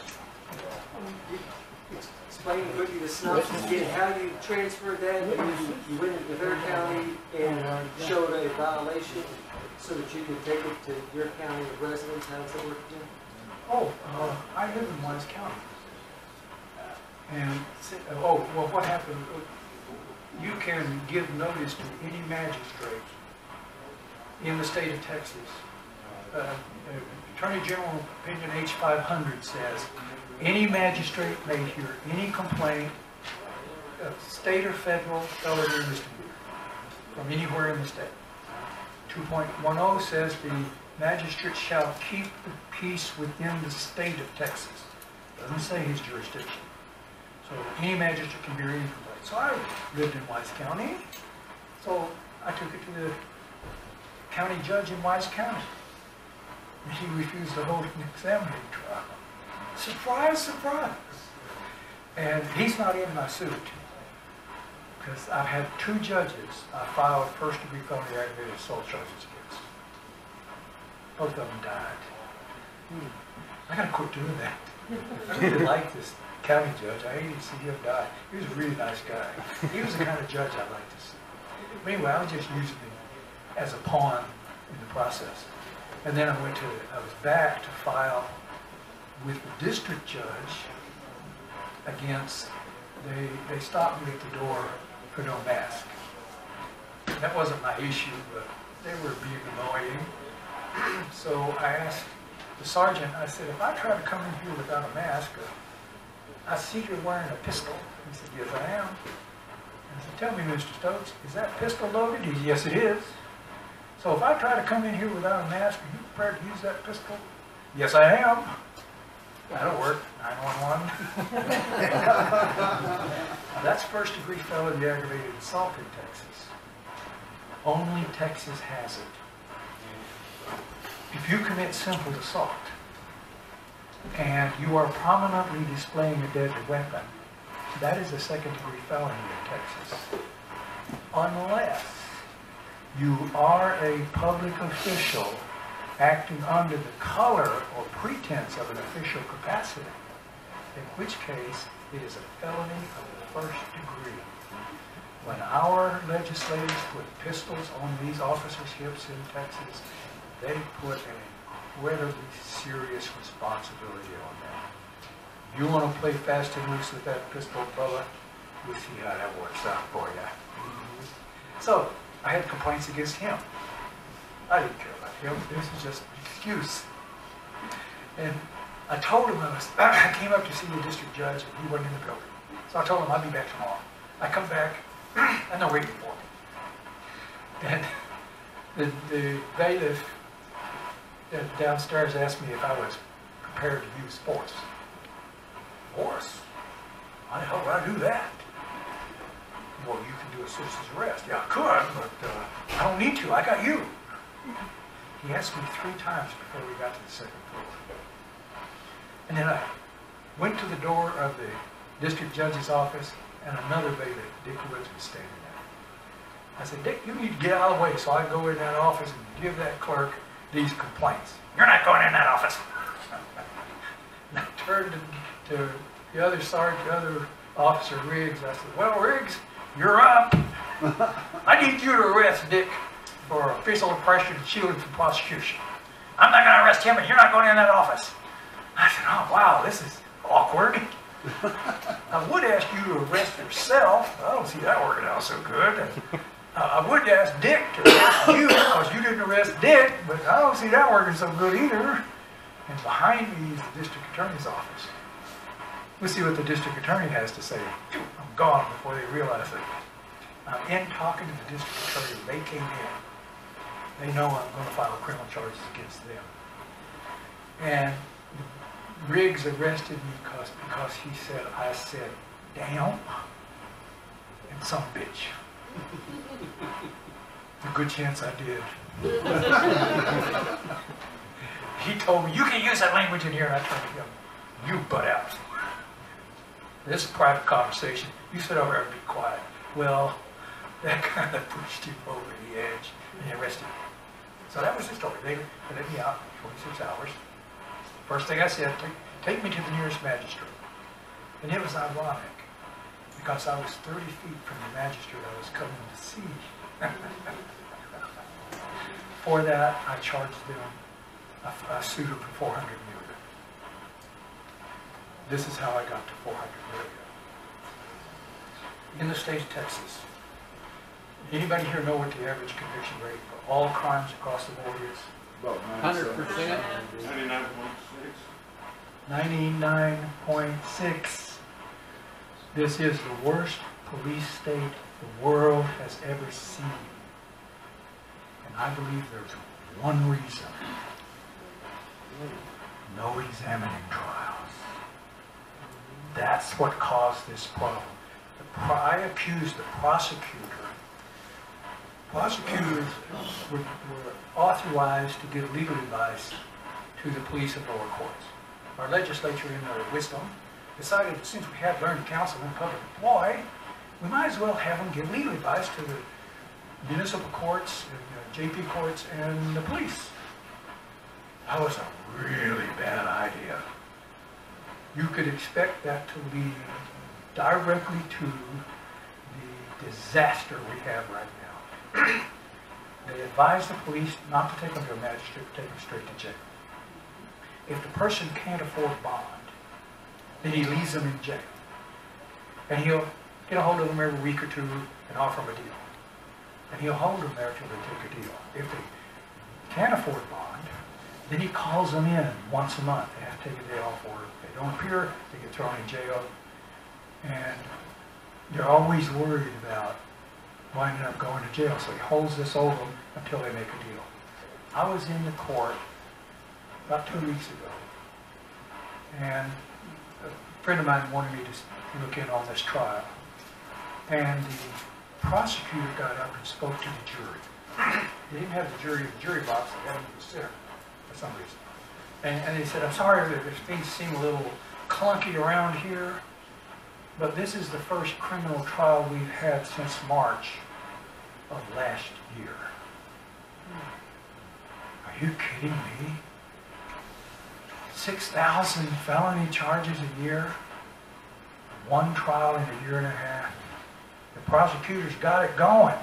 Problem with that in 2017, the last year I had good numbers, the county courts paid $990 million for pre-trial incarceration.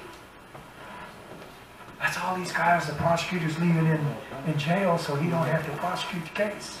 He forced him to take a deal.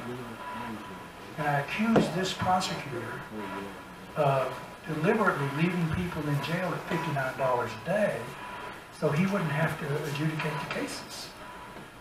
And he did this in conjunction with other lawyers around the state, and they're costing the county $990 million a year. The $400 million is not that unreasonable. What's debts, guys? You guys can do the same thing.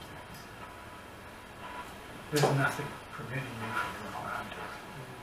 And all of you know public officials screwing up violating law. What was the H500 that you mentioned? Attorney General opinion H500. Okay, Attorney General opinion.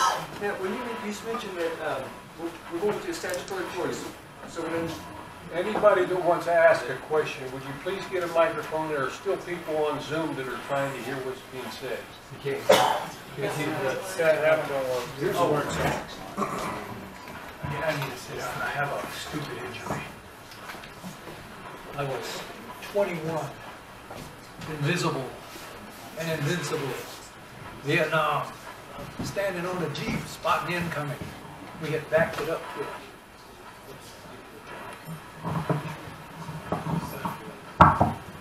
We had backed it up to a big dirt berm so that the Jeep engine would be in front of us. If we took incoming, we could get behind it. And we're spotting these things. Like one landed off to my right, and then one landed off to the left, and then one hit the ground in front of us. And I felt the hair on the back of my neck start to rise, and I'm thinking I should know something about this. And one went overhead. I turned to the guy next to me and I said, bracketing, bracketing! And one went right between us. I looked down and my fatigues were smoking. So I turned to dive off the Jeep. The next one hit the front of the Jeep. The bonnet on the Jeep come off, hit me in the butt, drove me about 10 feet head first into the vet in the wall. But I didn't get a single trickle of blood. One scratch, and I'd get a Purple Heart and never have to pay for plates again. Instead I got a purple tush. There is no justice, but it injured my hip. It took a while to go away. Now that I'm getting old, it's coming back. I told my wife that my butt hurt and asked her if she would kiss it and make it better. I've been 50 years trying to get her to do that. Okay. when we are in your statutory courts as a defense, when we're in offense, do we come in and under common law? No, And same courts, same statute. okay, what about using case law before 1928 that they tell us we can't use? They really don't pay any attention to any case law that's over 20 years old, unless it is an issue that is so well rooted in law that there's been no opportunity or reason to revisit it. Like there's one in particular that's out of 1811 that's cited often, but that's one that says that the legislature, unlike the Senate, the legislature, unlike the executive, the judiciary, unlike the legislature, may not ignore an issue because it's onerous. We must take jurisdiction where jurisdiction is had. We may not take jurisdiction where jurisdiction is not had. That's not something that ever changed, so we still use that same one. But they say that every 20 years all of the laws are revisited. So the only law that really carries any import is current law. And trying to use very old law, you have to make absolutely certain that that law hasn't been repealed or distinguished. Make sure you run, what is it you run on? Shepherds. You have to run Shepherds on it and make sure it hasn't changed. You use any law as long as it hasn't been changed. I I've had trouble locating these motions hearings you're referring to. Motion hearing judge. Wait a minute, I don't think your mic is working. I've had trouble finding the motions hearing judge. Okay. How do you locate that? You contact the clerk and there should be a judge that... Oh, no, when you file a motion, you file a cover letter with it for the clerks, for the judge's coordinator. And ask the coordinator to put this on for hearing. I generally like to call the coordinator. You want to get to know the judge's coordinator. You call the coordinator and say, okay, when is the judge hearing motions next? Because they generally set a day to hear motions. And you want to get 2 dates. And ask her for 2 dates, and then you send to the other side a notice of motion and ask which date is better for you. They get to pick one or the other, and that's it. If they don't pick one or the other, then you just set one. And then when it comes up, they can't complain. They got notice. They could have gave you a different date and didn't. Everything in court is pretty well reasonable. These courts have been around for a long time. Our legal system grew out of the British legal system, and it started in the 12th century with the Magna Carta. So they had a long time. Any remedy you feel like you should have, I guarantee it's in there. And generally, the only thing I use for legal research is Google. I don't use Google Scholar. Google Scholar is a pain in the neck. I just use Google. On the habeas corpus, do you still recommend the writ for motion to file, or No. shouldn't you have to do that now? Oh, they cut that crap out. Okay. That stopped immediately. Okay. Even before it went to the grand jury, that stopped. The only way it could get stopped is a pro se filing. This is our job. Lawyers, they go to law school, and they don't tell them in law school, you're going to spend the rest of your professional career kissing some arrogant judge's behind. If you expect your lawyer to go into court and actively adjudicate your case, if there's a risk that judge will be annoyed, you can forget that. I sued Denton County for $11 million. I talked to 60 lawyers. I kept a list of them. The last one I talked to, his name was Jerry Cobb. He was the prosecuting attorney prior to the one I was suing. I got a hold of him and I said, hello Jerry, my name's Randy Kelton, and I have sued Denton County and I need a lawyer to represent my case. He said, oh, Mr. Kelton, I know all about your case. I can't represent you. You made accusations against judges in there, and I have to represent clients in this county. I said, what's the matter, Jerry? You afraid those judges will screw your next client to get back at you? He said, you darn right they will. Now, I don't know if that's true or not, but I do know that every lawyer I talked to believed it was true. So when you get a lawyer, you got to understand where he lives. If you want your lawyer to be able to do a good job, you have to give him plausible deniability. It's always not always nice. No, I don't. You don't have to bar grieve him. Bar grieve the one on the other side. My co-host was talking to a guy, and the guy's taking notes, and he mentioned bar grievance in passing. The guy put a note in the corner of the page. 2 days later, he was sitting in front of his attorney, talking to him, and the attorney saw that note on the corner of his page and freaked out. Filed a motion to withdraw. We had the kid object to the motion to withdraw. The lawyer went into court and accused him of filing a bar grievance, but he hadn't. He said, I can't do this. I can't work this way with a dagger to my throat and the sword of Damocles hanging over my head. That was in the recording. So he was terrified. So best first, you bar grieve the lawyer on the other side. And your lawyer's going to say, oh crap. You know, my last case, they dismissed my case to protect my lawyer from me. I was at the courthouse trying to get an apostille at the Secretary of State's office. And they refused to give me one, so I called 911. I want somebody arrested, the clerk. Well, they decided to drag me out of there instead. And wouldn't let me leave. They wanted me to answer questions, and I refused. So I called 911 on them. And a sergeant showed up with about 20 other Capitol guards. They were DPS, but they were Capitol guards. And the sergeant come over. He said, Mr. Kelton, well, first I'm sitting here writing criminal complaints. This big black guy come over. Mr. Kelton, I need to ask you a question. I looked up, no questions. Keep writing. Mr. Kelton, I need to ask you some questions. Well, you can ask what you want. I'm not going to answer. Then he started to say something. I said, will you shut up? And he said, look, Mr. Kelton, I can ask all I want. You don't have to answer.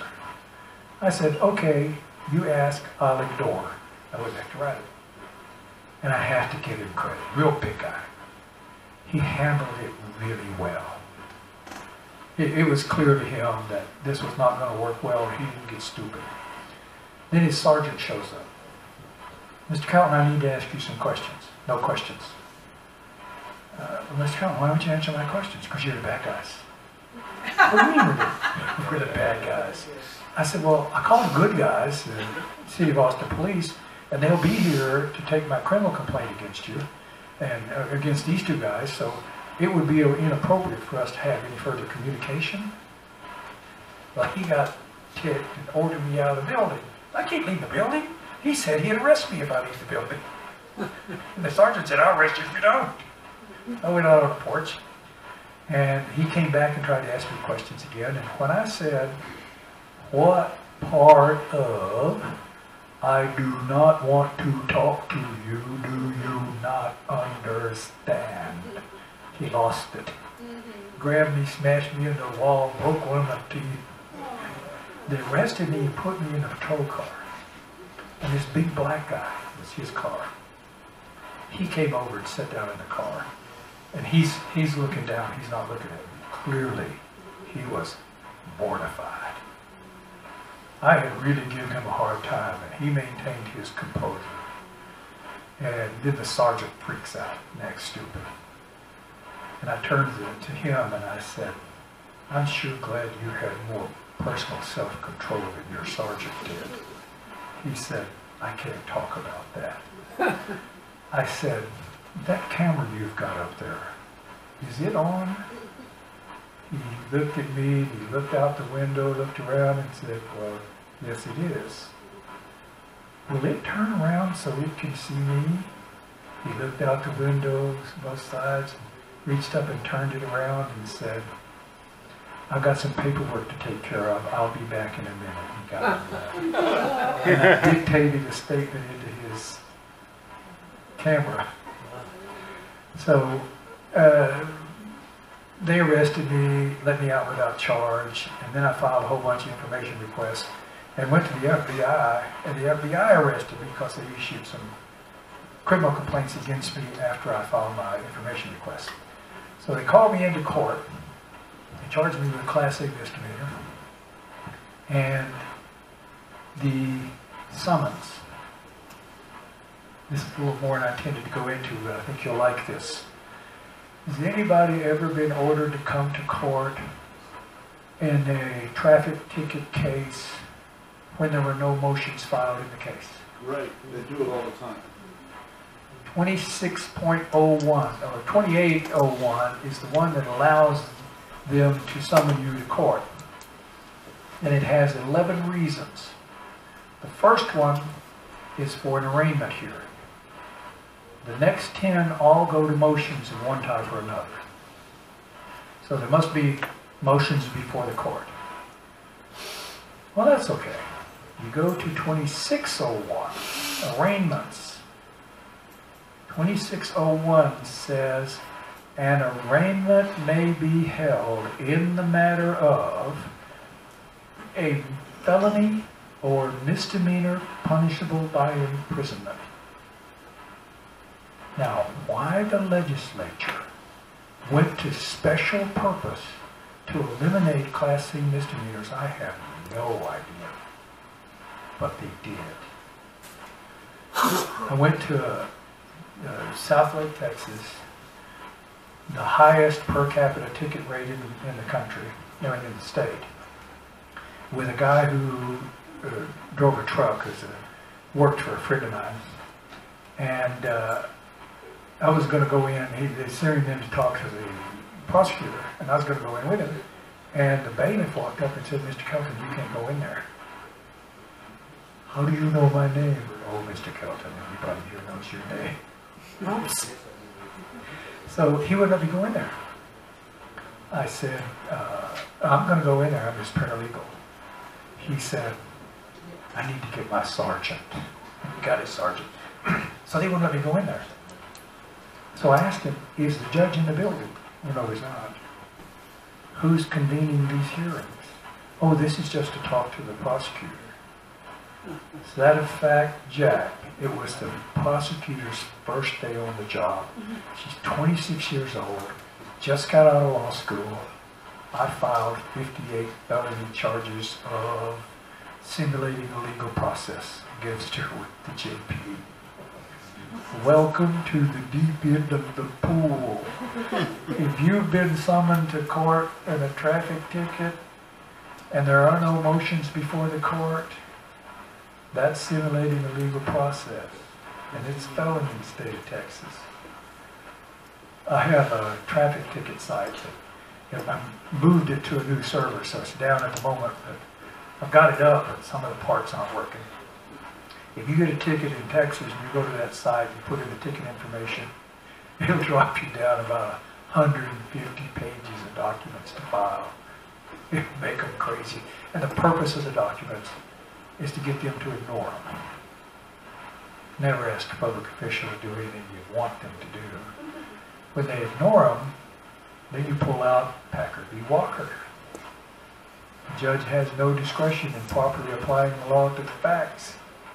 When he denies all your motions, the first one is a challenge to subject matter jurisdiction. Here's one you guys will really like. The only people who can enforce the transportation code in the state of Texas are DPS. And a sheriff, he's chuckling because he knows where I'm going. Yep. And under 701.001 through 003, a county commissioner's court can certify a sheriff's deputy as a traffic control officer. But he must be paid by the county commissioner's court, and he has to ride a motorcycle. It's right there in the code. I went to, Tarrant County doesn't have any traffic control officers. Municipal police officers have zero authority to enforce the Texas Transportation Code. Zero. So, last time I got a ticket in the county I lived in, this sheriff's deputy pulled me over. "Mr. Kelton, you know why I stopped you?" They were actually trying to keep me from getting to a court. I was helping a guy in court. I followed that deputy into town, and he veered off to go to where this guy's house was. So I went straight and come in from the backside, and he's sitting there waiting for me. He said, "You know why I pulled you over?" I said, "No, but I'm sure you're going to tell me." "Well, your registration is expired." I said, "Only 2 years. What's the problem?" He went back to write a ticket. I called 911. I want him arrested for first-degree felony, aggravated assault, 2202B2A Texas Penal Code. First-degree felony. He came back with the ticket, and he was so furious his hands were shaking. Guy's got no sense of humor. I saw the district attorney in the courthouse about 6 months later. The one I just filed a suit against. I said, "James, when are you going to bring my ticket up for a hearing?" "Oh no, Mr. Kelton, you're not going to get to have your fun with me. Chicken." Actually, I said chicken shit. But this is what you can do. Once you've done this to them a time or two, you can't tie a sheriff's deputy in Wise County up and throw it at me. What's the name of the traffic website, and Can you get in trouble for calling an emergency number when you're at the courthouse for a failure to file a document? No, failure to file it. I mean, where they don't let you file a document? Yes. Well, that's a Class A misdemeanor. You're witness to a crime. But if you're concerned about that, before you go in, get the non-emergency number to the Sheriff's Department. But I have never had any problem calling 911. In this case, a couple other cops showed up. And one of them is on the passenger side, and I'm talking to him. He said, well, you can get in trouble for calling 911 when it's not an emergency. I said, you kidding? That's a first-degree felony. This is an emergency. He's rolling his eyes, and he's not happy, but there was a third cop there. And this third cop was from the next town over, but he used to be a cop in the town I live in. And he told him, he warned him, because about 3 months before that, I had a niece who was getting in a divorce, and the husband was acting out. And I filed a criminal trespass against him with the chief of police, and the chief of police refused to give it to a magistrate. That's what he told me. I said, well, why didn't you? He said, the county attorney told me not to. I said, wait right here. Don't go anywhere. I'll be right back. I got my car. I go to Decatur. James Staten, the county attorney, met me in the hall. And he said, Mr. Kelton, I know why you're here. And do you think I'm out of my professional mind? Do you think I would waive my sovereign immunity by giving legal advice to the police? I said, I don't know, James. I'm just following the thunder here. So I went back to the police station, knocked on the door, and this cop opened the door. And he's grinning from ear to ear. What can I do for you, Mr. Kelton? I said, tell the chief that James Staten just threw his butt under the bus, and I'm here to run him over with it. He said, I'll let you in on one condition. I said, what's that? You let me watch. Watch, heck, take movies. Okay, we can do this. The name of that website for the traffic? Trafficticket.website.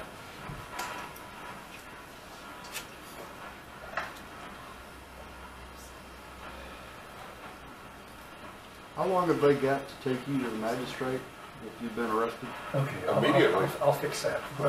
He asked, how long do they have to take you to a magistrate? Well, there are rulings out there that say that they must get you before a magistrate within 48 hours. So what the prosecutors have said, you can hold him for 48 hours. But no, that's not what it means. In Boyd v. State, a 1945 case, a guy's cutting a road with a maintainer. The owner of the property comes out and tells him stop cutting the road. He said, I can't. My boss told me to do this. If you don't stop cutting that road, I'm calling the sheriff. He said, you're going to have to, because I'm not going to quit cutting the road.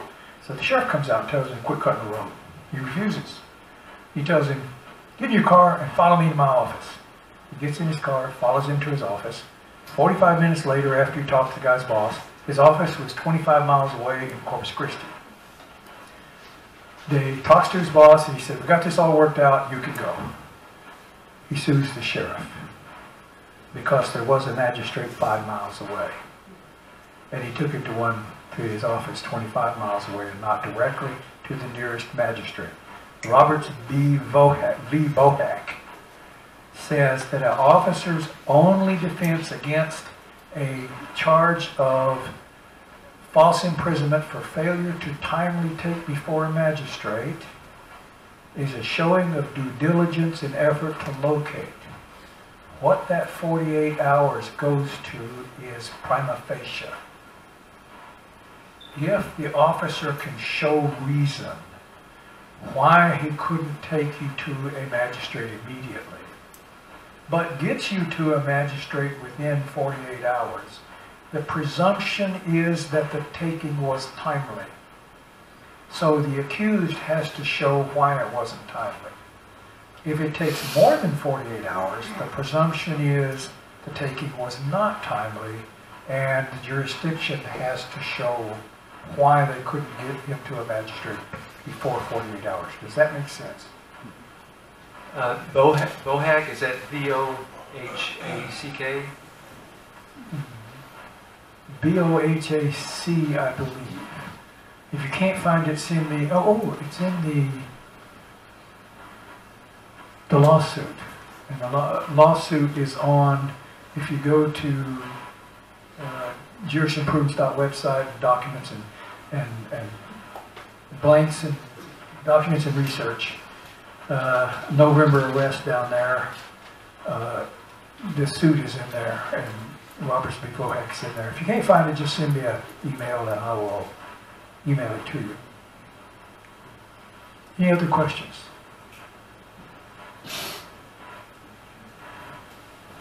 Please do the mic. You looking at me? Oh,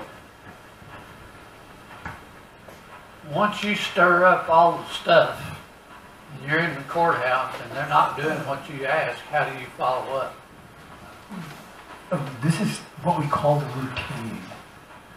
I run the routine on them. You know, got this rule, never ask a public official to do anything you actually want them to do. When they don't do it, like I asked the bailiff to arrest the judge. When the bailiff doesn't arrest the judge, then I make up a criminal complaint against the bailiff and take it to another judge. And when that judge refuses to act, you know, the magistrate will say, oh my, you really should take this to the sheriff's department. And I tell the magistrate, oh my, thank you very much for your sage advice. And I go to the sheriff's department. And I file a complaint against the magistrate. And then the magistrate says, oh my, you need to file this with the district attorney.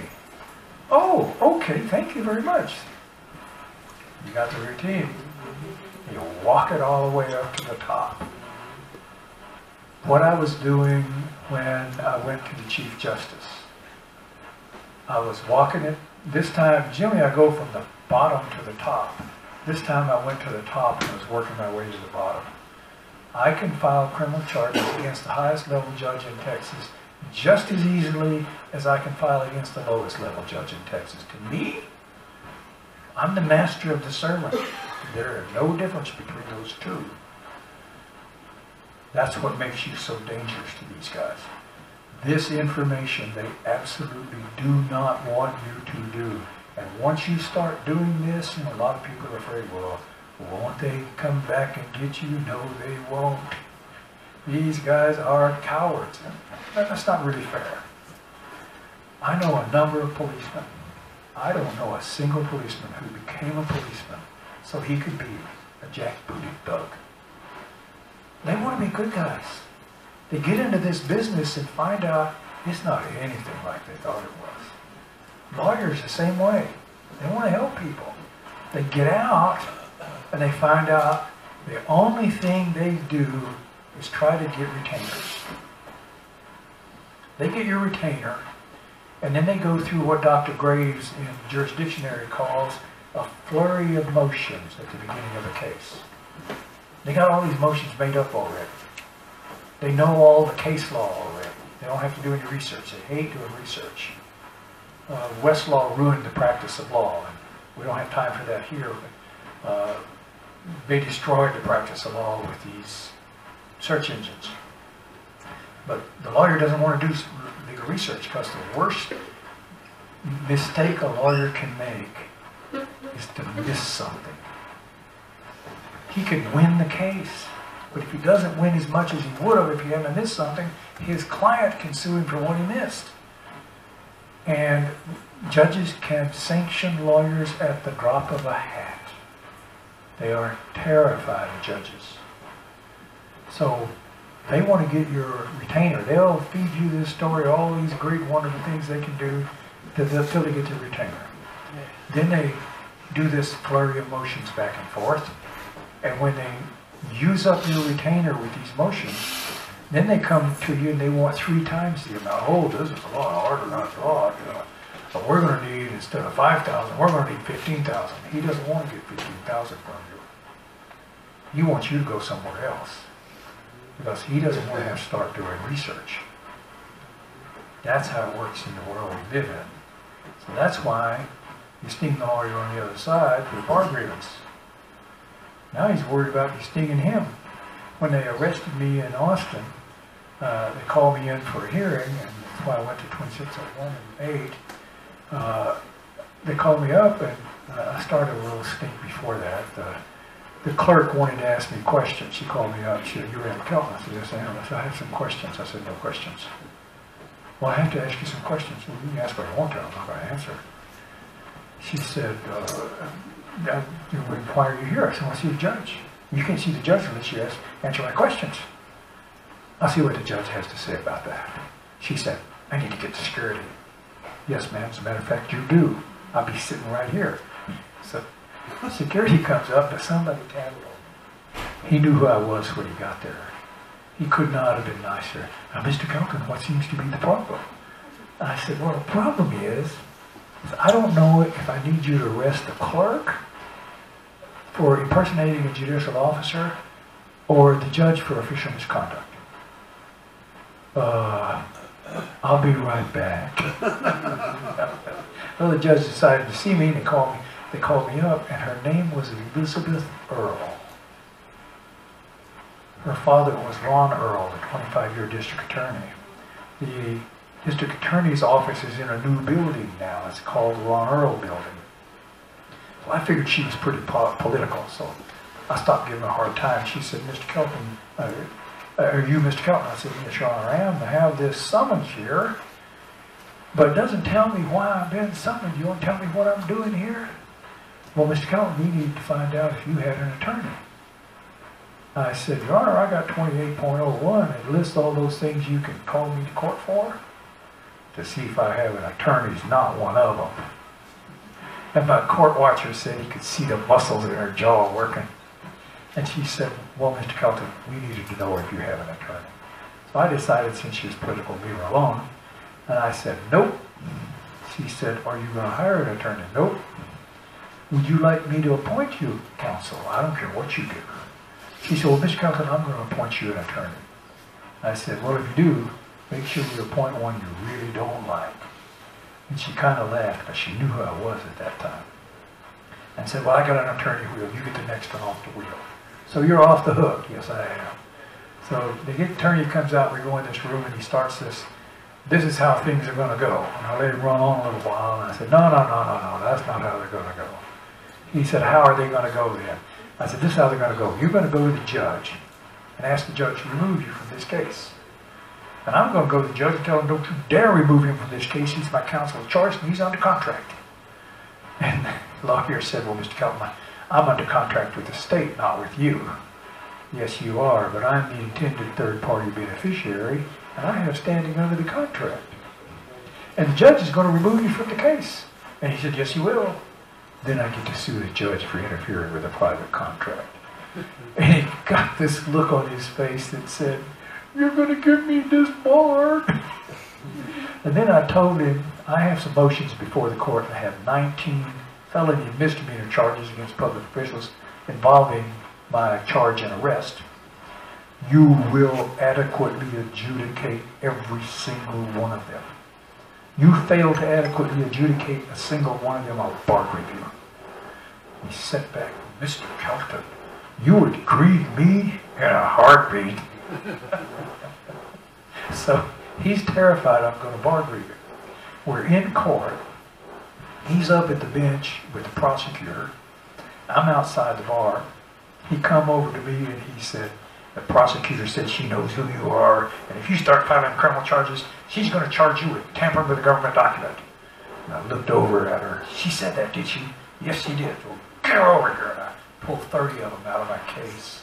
I said, "I got 30 of them here. Get her over here." I said, "You, get over here. I need you to verify these criminal complaints." She scooched up against the bench like the judge would protect her, and turned to the lawyer and handed them to him, and held up both hands with his palms out. And he said, "I'm not going to touch him. I'm not going to touch him. Take him, you chicken shit." And the judge banged the gavel. Recess for lunch. Before I could get my taco, my lawyer called me, and he was ecstatic.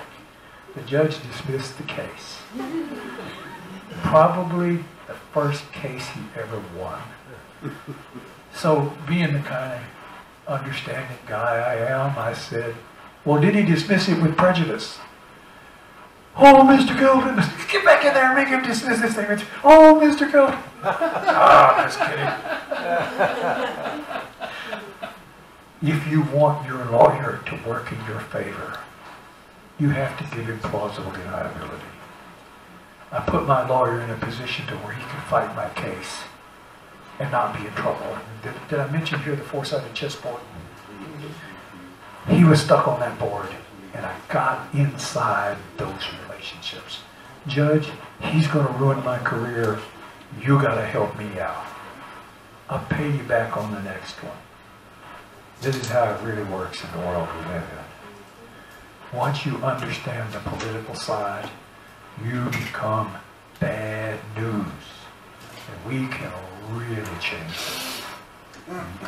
That's my story, and I'm sticking to it. Any other questions? I got a follow-up.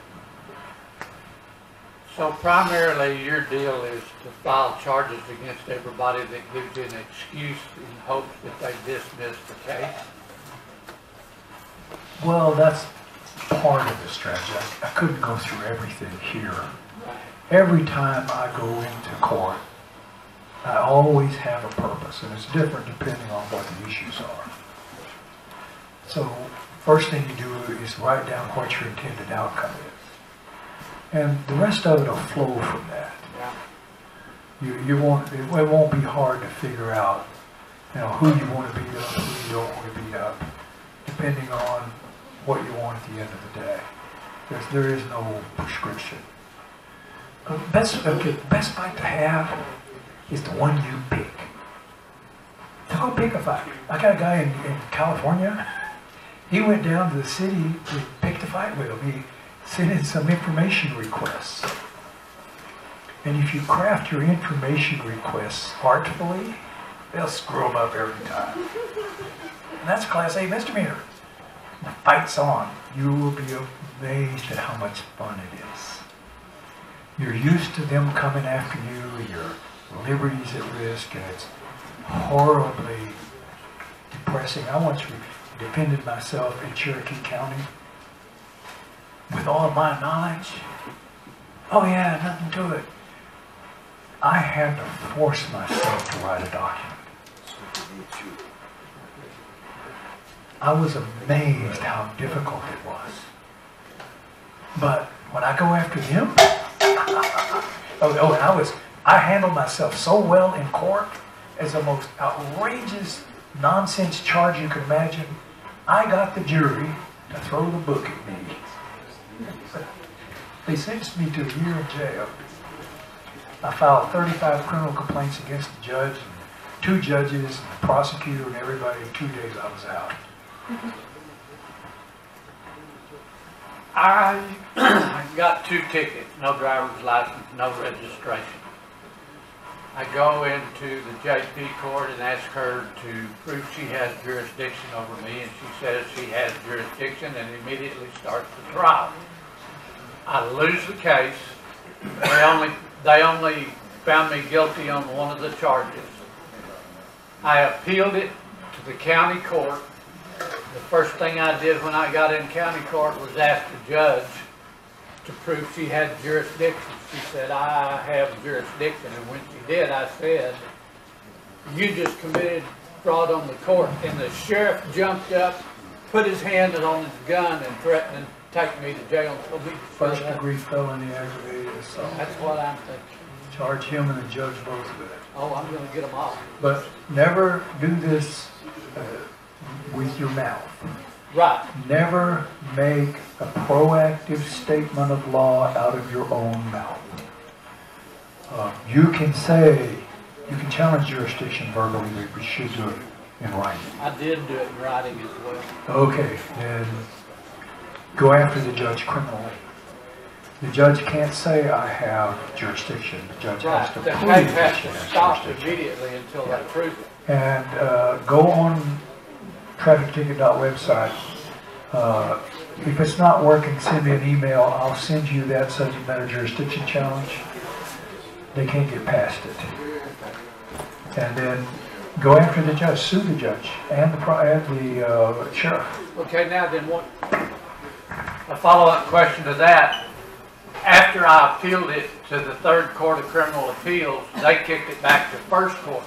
But my question is, once it's been appealed up, Wait a minute. You said they kicked it back?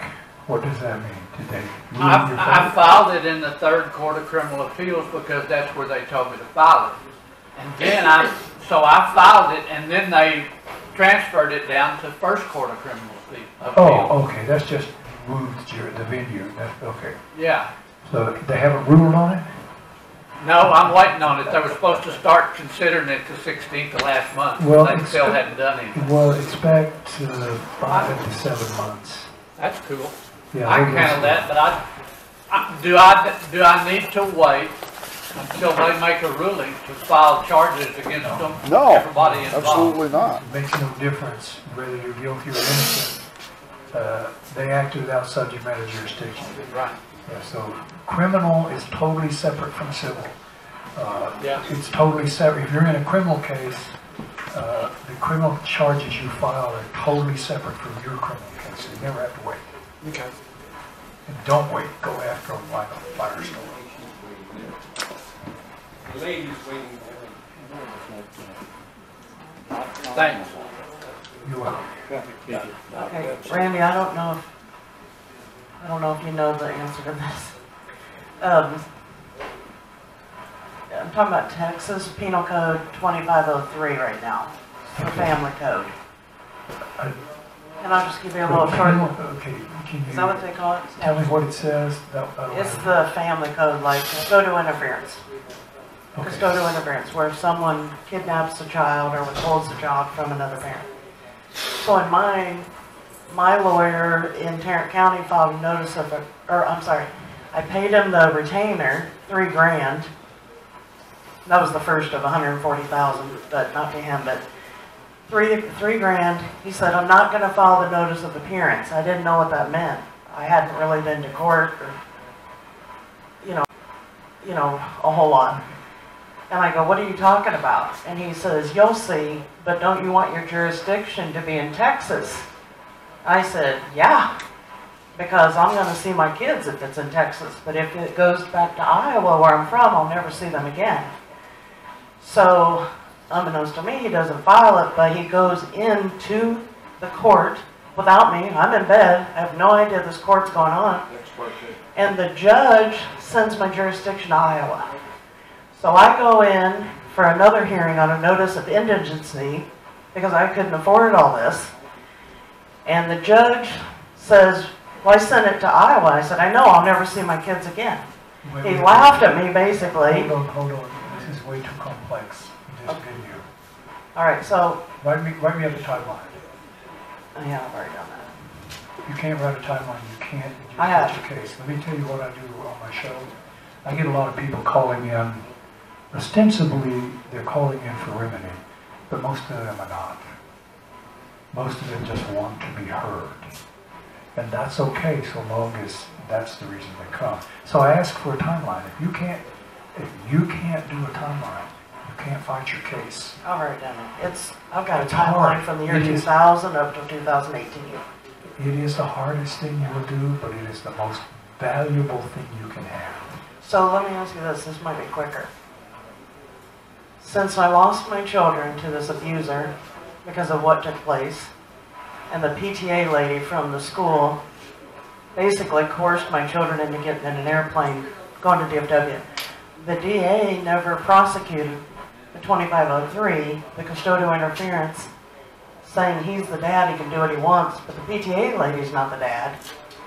I've brought that to this lady, Sharon Wilson, twice. Yeah, I know Sharon Wilson. I interviewed her on my radio show before she became the DA. If the person was acting with the father and the father was not technically in violation of law, she wasn't either. Even though he was not on that court order at all. Because Yeah. he'd already kidnapped my older two children prior. Can't answer these questions, way too complex. You said that court order. I don't know what court order, I don't know how it was said. Way too many variables here to be able to give you any kind of reasonable I'm sorry, this is complex. I know. When you get into one of these fights, it's extremely emotionally draining. When I was defending myself, I could not believe how hard it was. I did not want to even touch a document. I had to force myself. I understand this is horribly difficult. That's why I asked. Yeah, I've got 6 totes and 4 drawers full of hell paperwork, just like all the other parents in my situation. There's over 30 million of us. If you can't create a timeline, everything else is just complaining. You won't be able to fix it. It's hard. You'll have to struggle. I have not only the timeline, Randy, I have a list of bad actors. Okay, yeah, that's what I've got it all. Yeah, I can't intelligently answer questions here because there are too many variables involved. Okay. I try to be careful and not give bad advice. In 15 years, nobody's ever went to jail. Nobody's ever lost a case doing what I tell them to. But I am careful, and I'm sorry I can't give you more.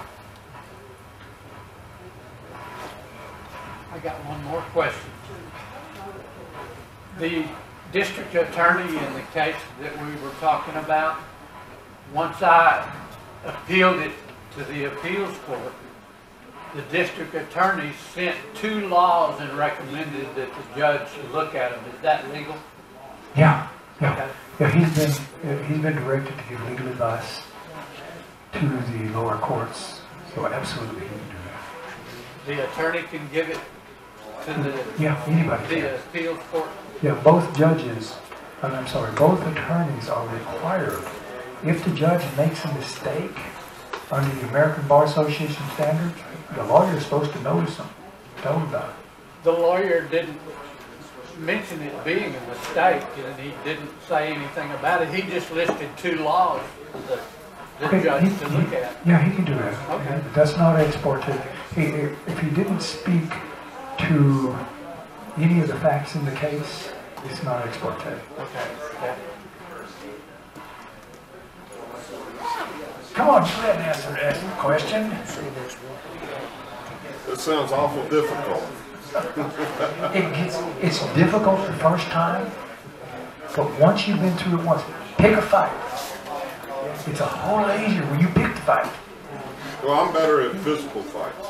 Yeah, you don't get to. I'm a combat veteran, and That's it. I want everybody to have guns, but I don't want one around me. I spend way too much time on the shoulder, and I've had all that physical fight I care for.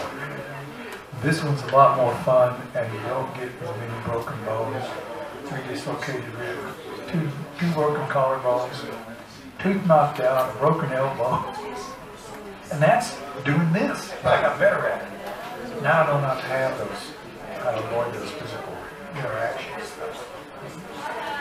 It's better to take them on with their own rules. I like to take them on my turf instead of theirs. That's the way you do it. Set them up.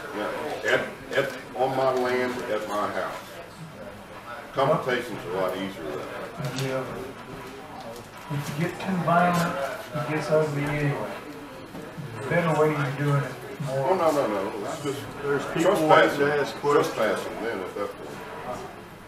Then you call the sheriff, and when the sheriff don't want to arrest them, you call the sheriff on the sheriff.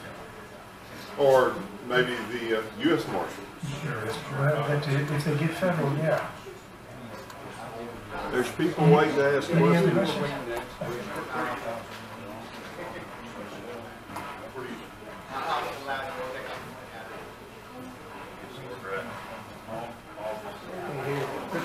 Oh, okay.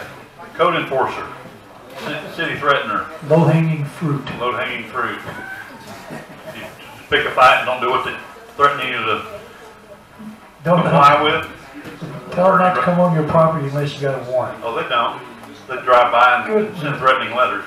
Oh, okay. And every time you get a threatening letter, file a professional conduct complaint against them. Where do you file that at? It depends on who author. If he's a code enforcer, you file it with the mayor. Send a tort letter to the mayor. Threaten to sue the mayor. Okay. The mayor's low-hanging fruit. The code enforcers are used to doing what they do and people have shaken their boots. And we have an argument for code enforcement. The legislature was authorized by the Constitution to write law. The legislature was authorized to create courts, and they created municipal courts in various cities, and they've created some statutory courts around the state. But they weren't authorized to, what's the word?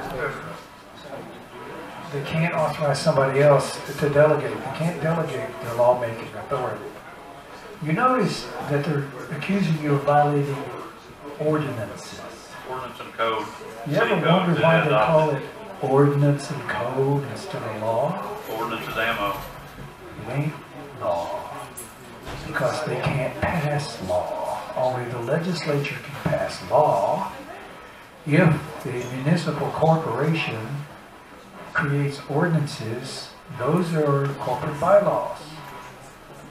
If you're not in contractual privity with the city or the county, where you have agreed to abide by all of their bylaws, and they try to apply that to you, then that becomes a law. Only laws apply to the public. So I've got a pleading on that argues the constitutionality of ordinances, and here's the problem. You want to bring an issue that they do not want to risk a court ruling on. If they come after you and you say this is not a law, if you treat it as a law, then I sue you, we take this to the courts and see what the courts has to say about you trying to write law. Now, their lawyers are going to look at that and say, Bubba, if he gets a ruling in your favor, or in his favor, you are screwed. You do not want to get this to the courts. So, send me an email, randy@rulelawradio.com. I'll send you this pleading. You'll love it. Okay, thank you.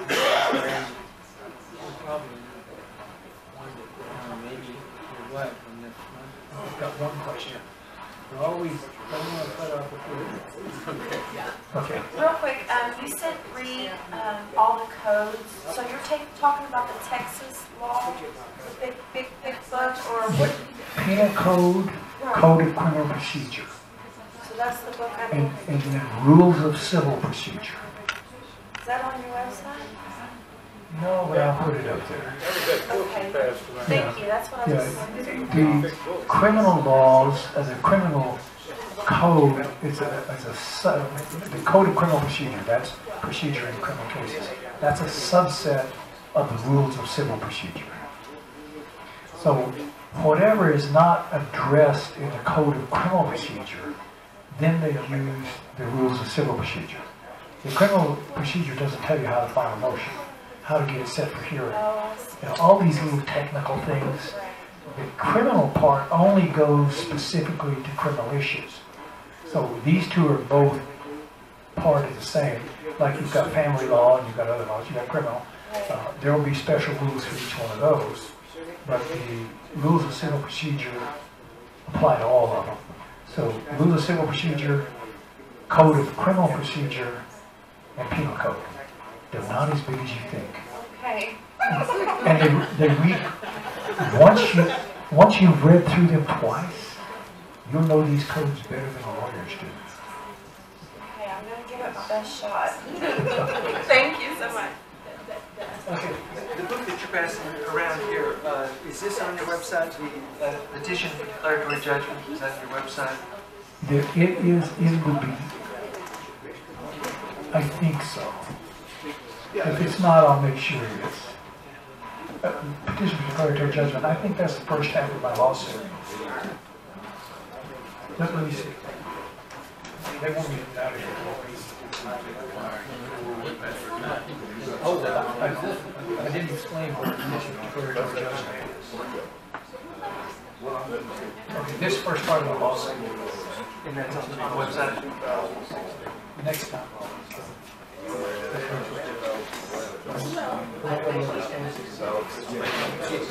Is that on your website?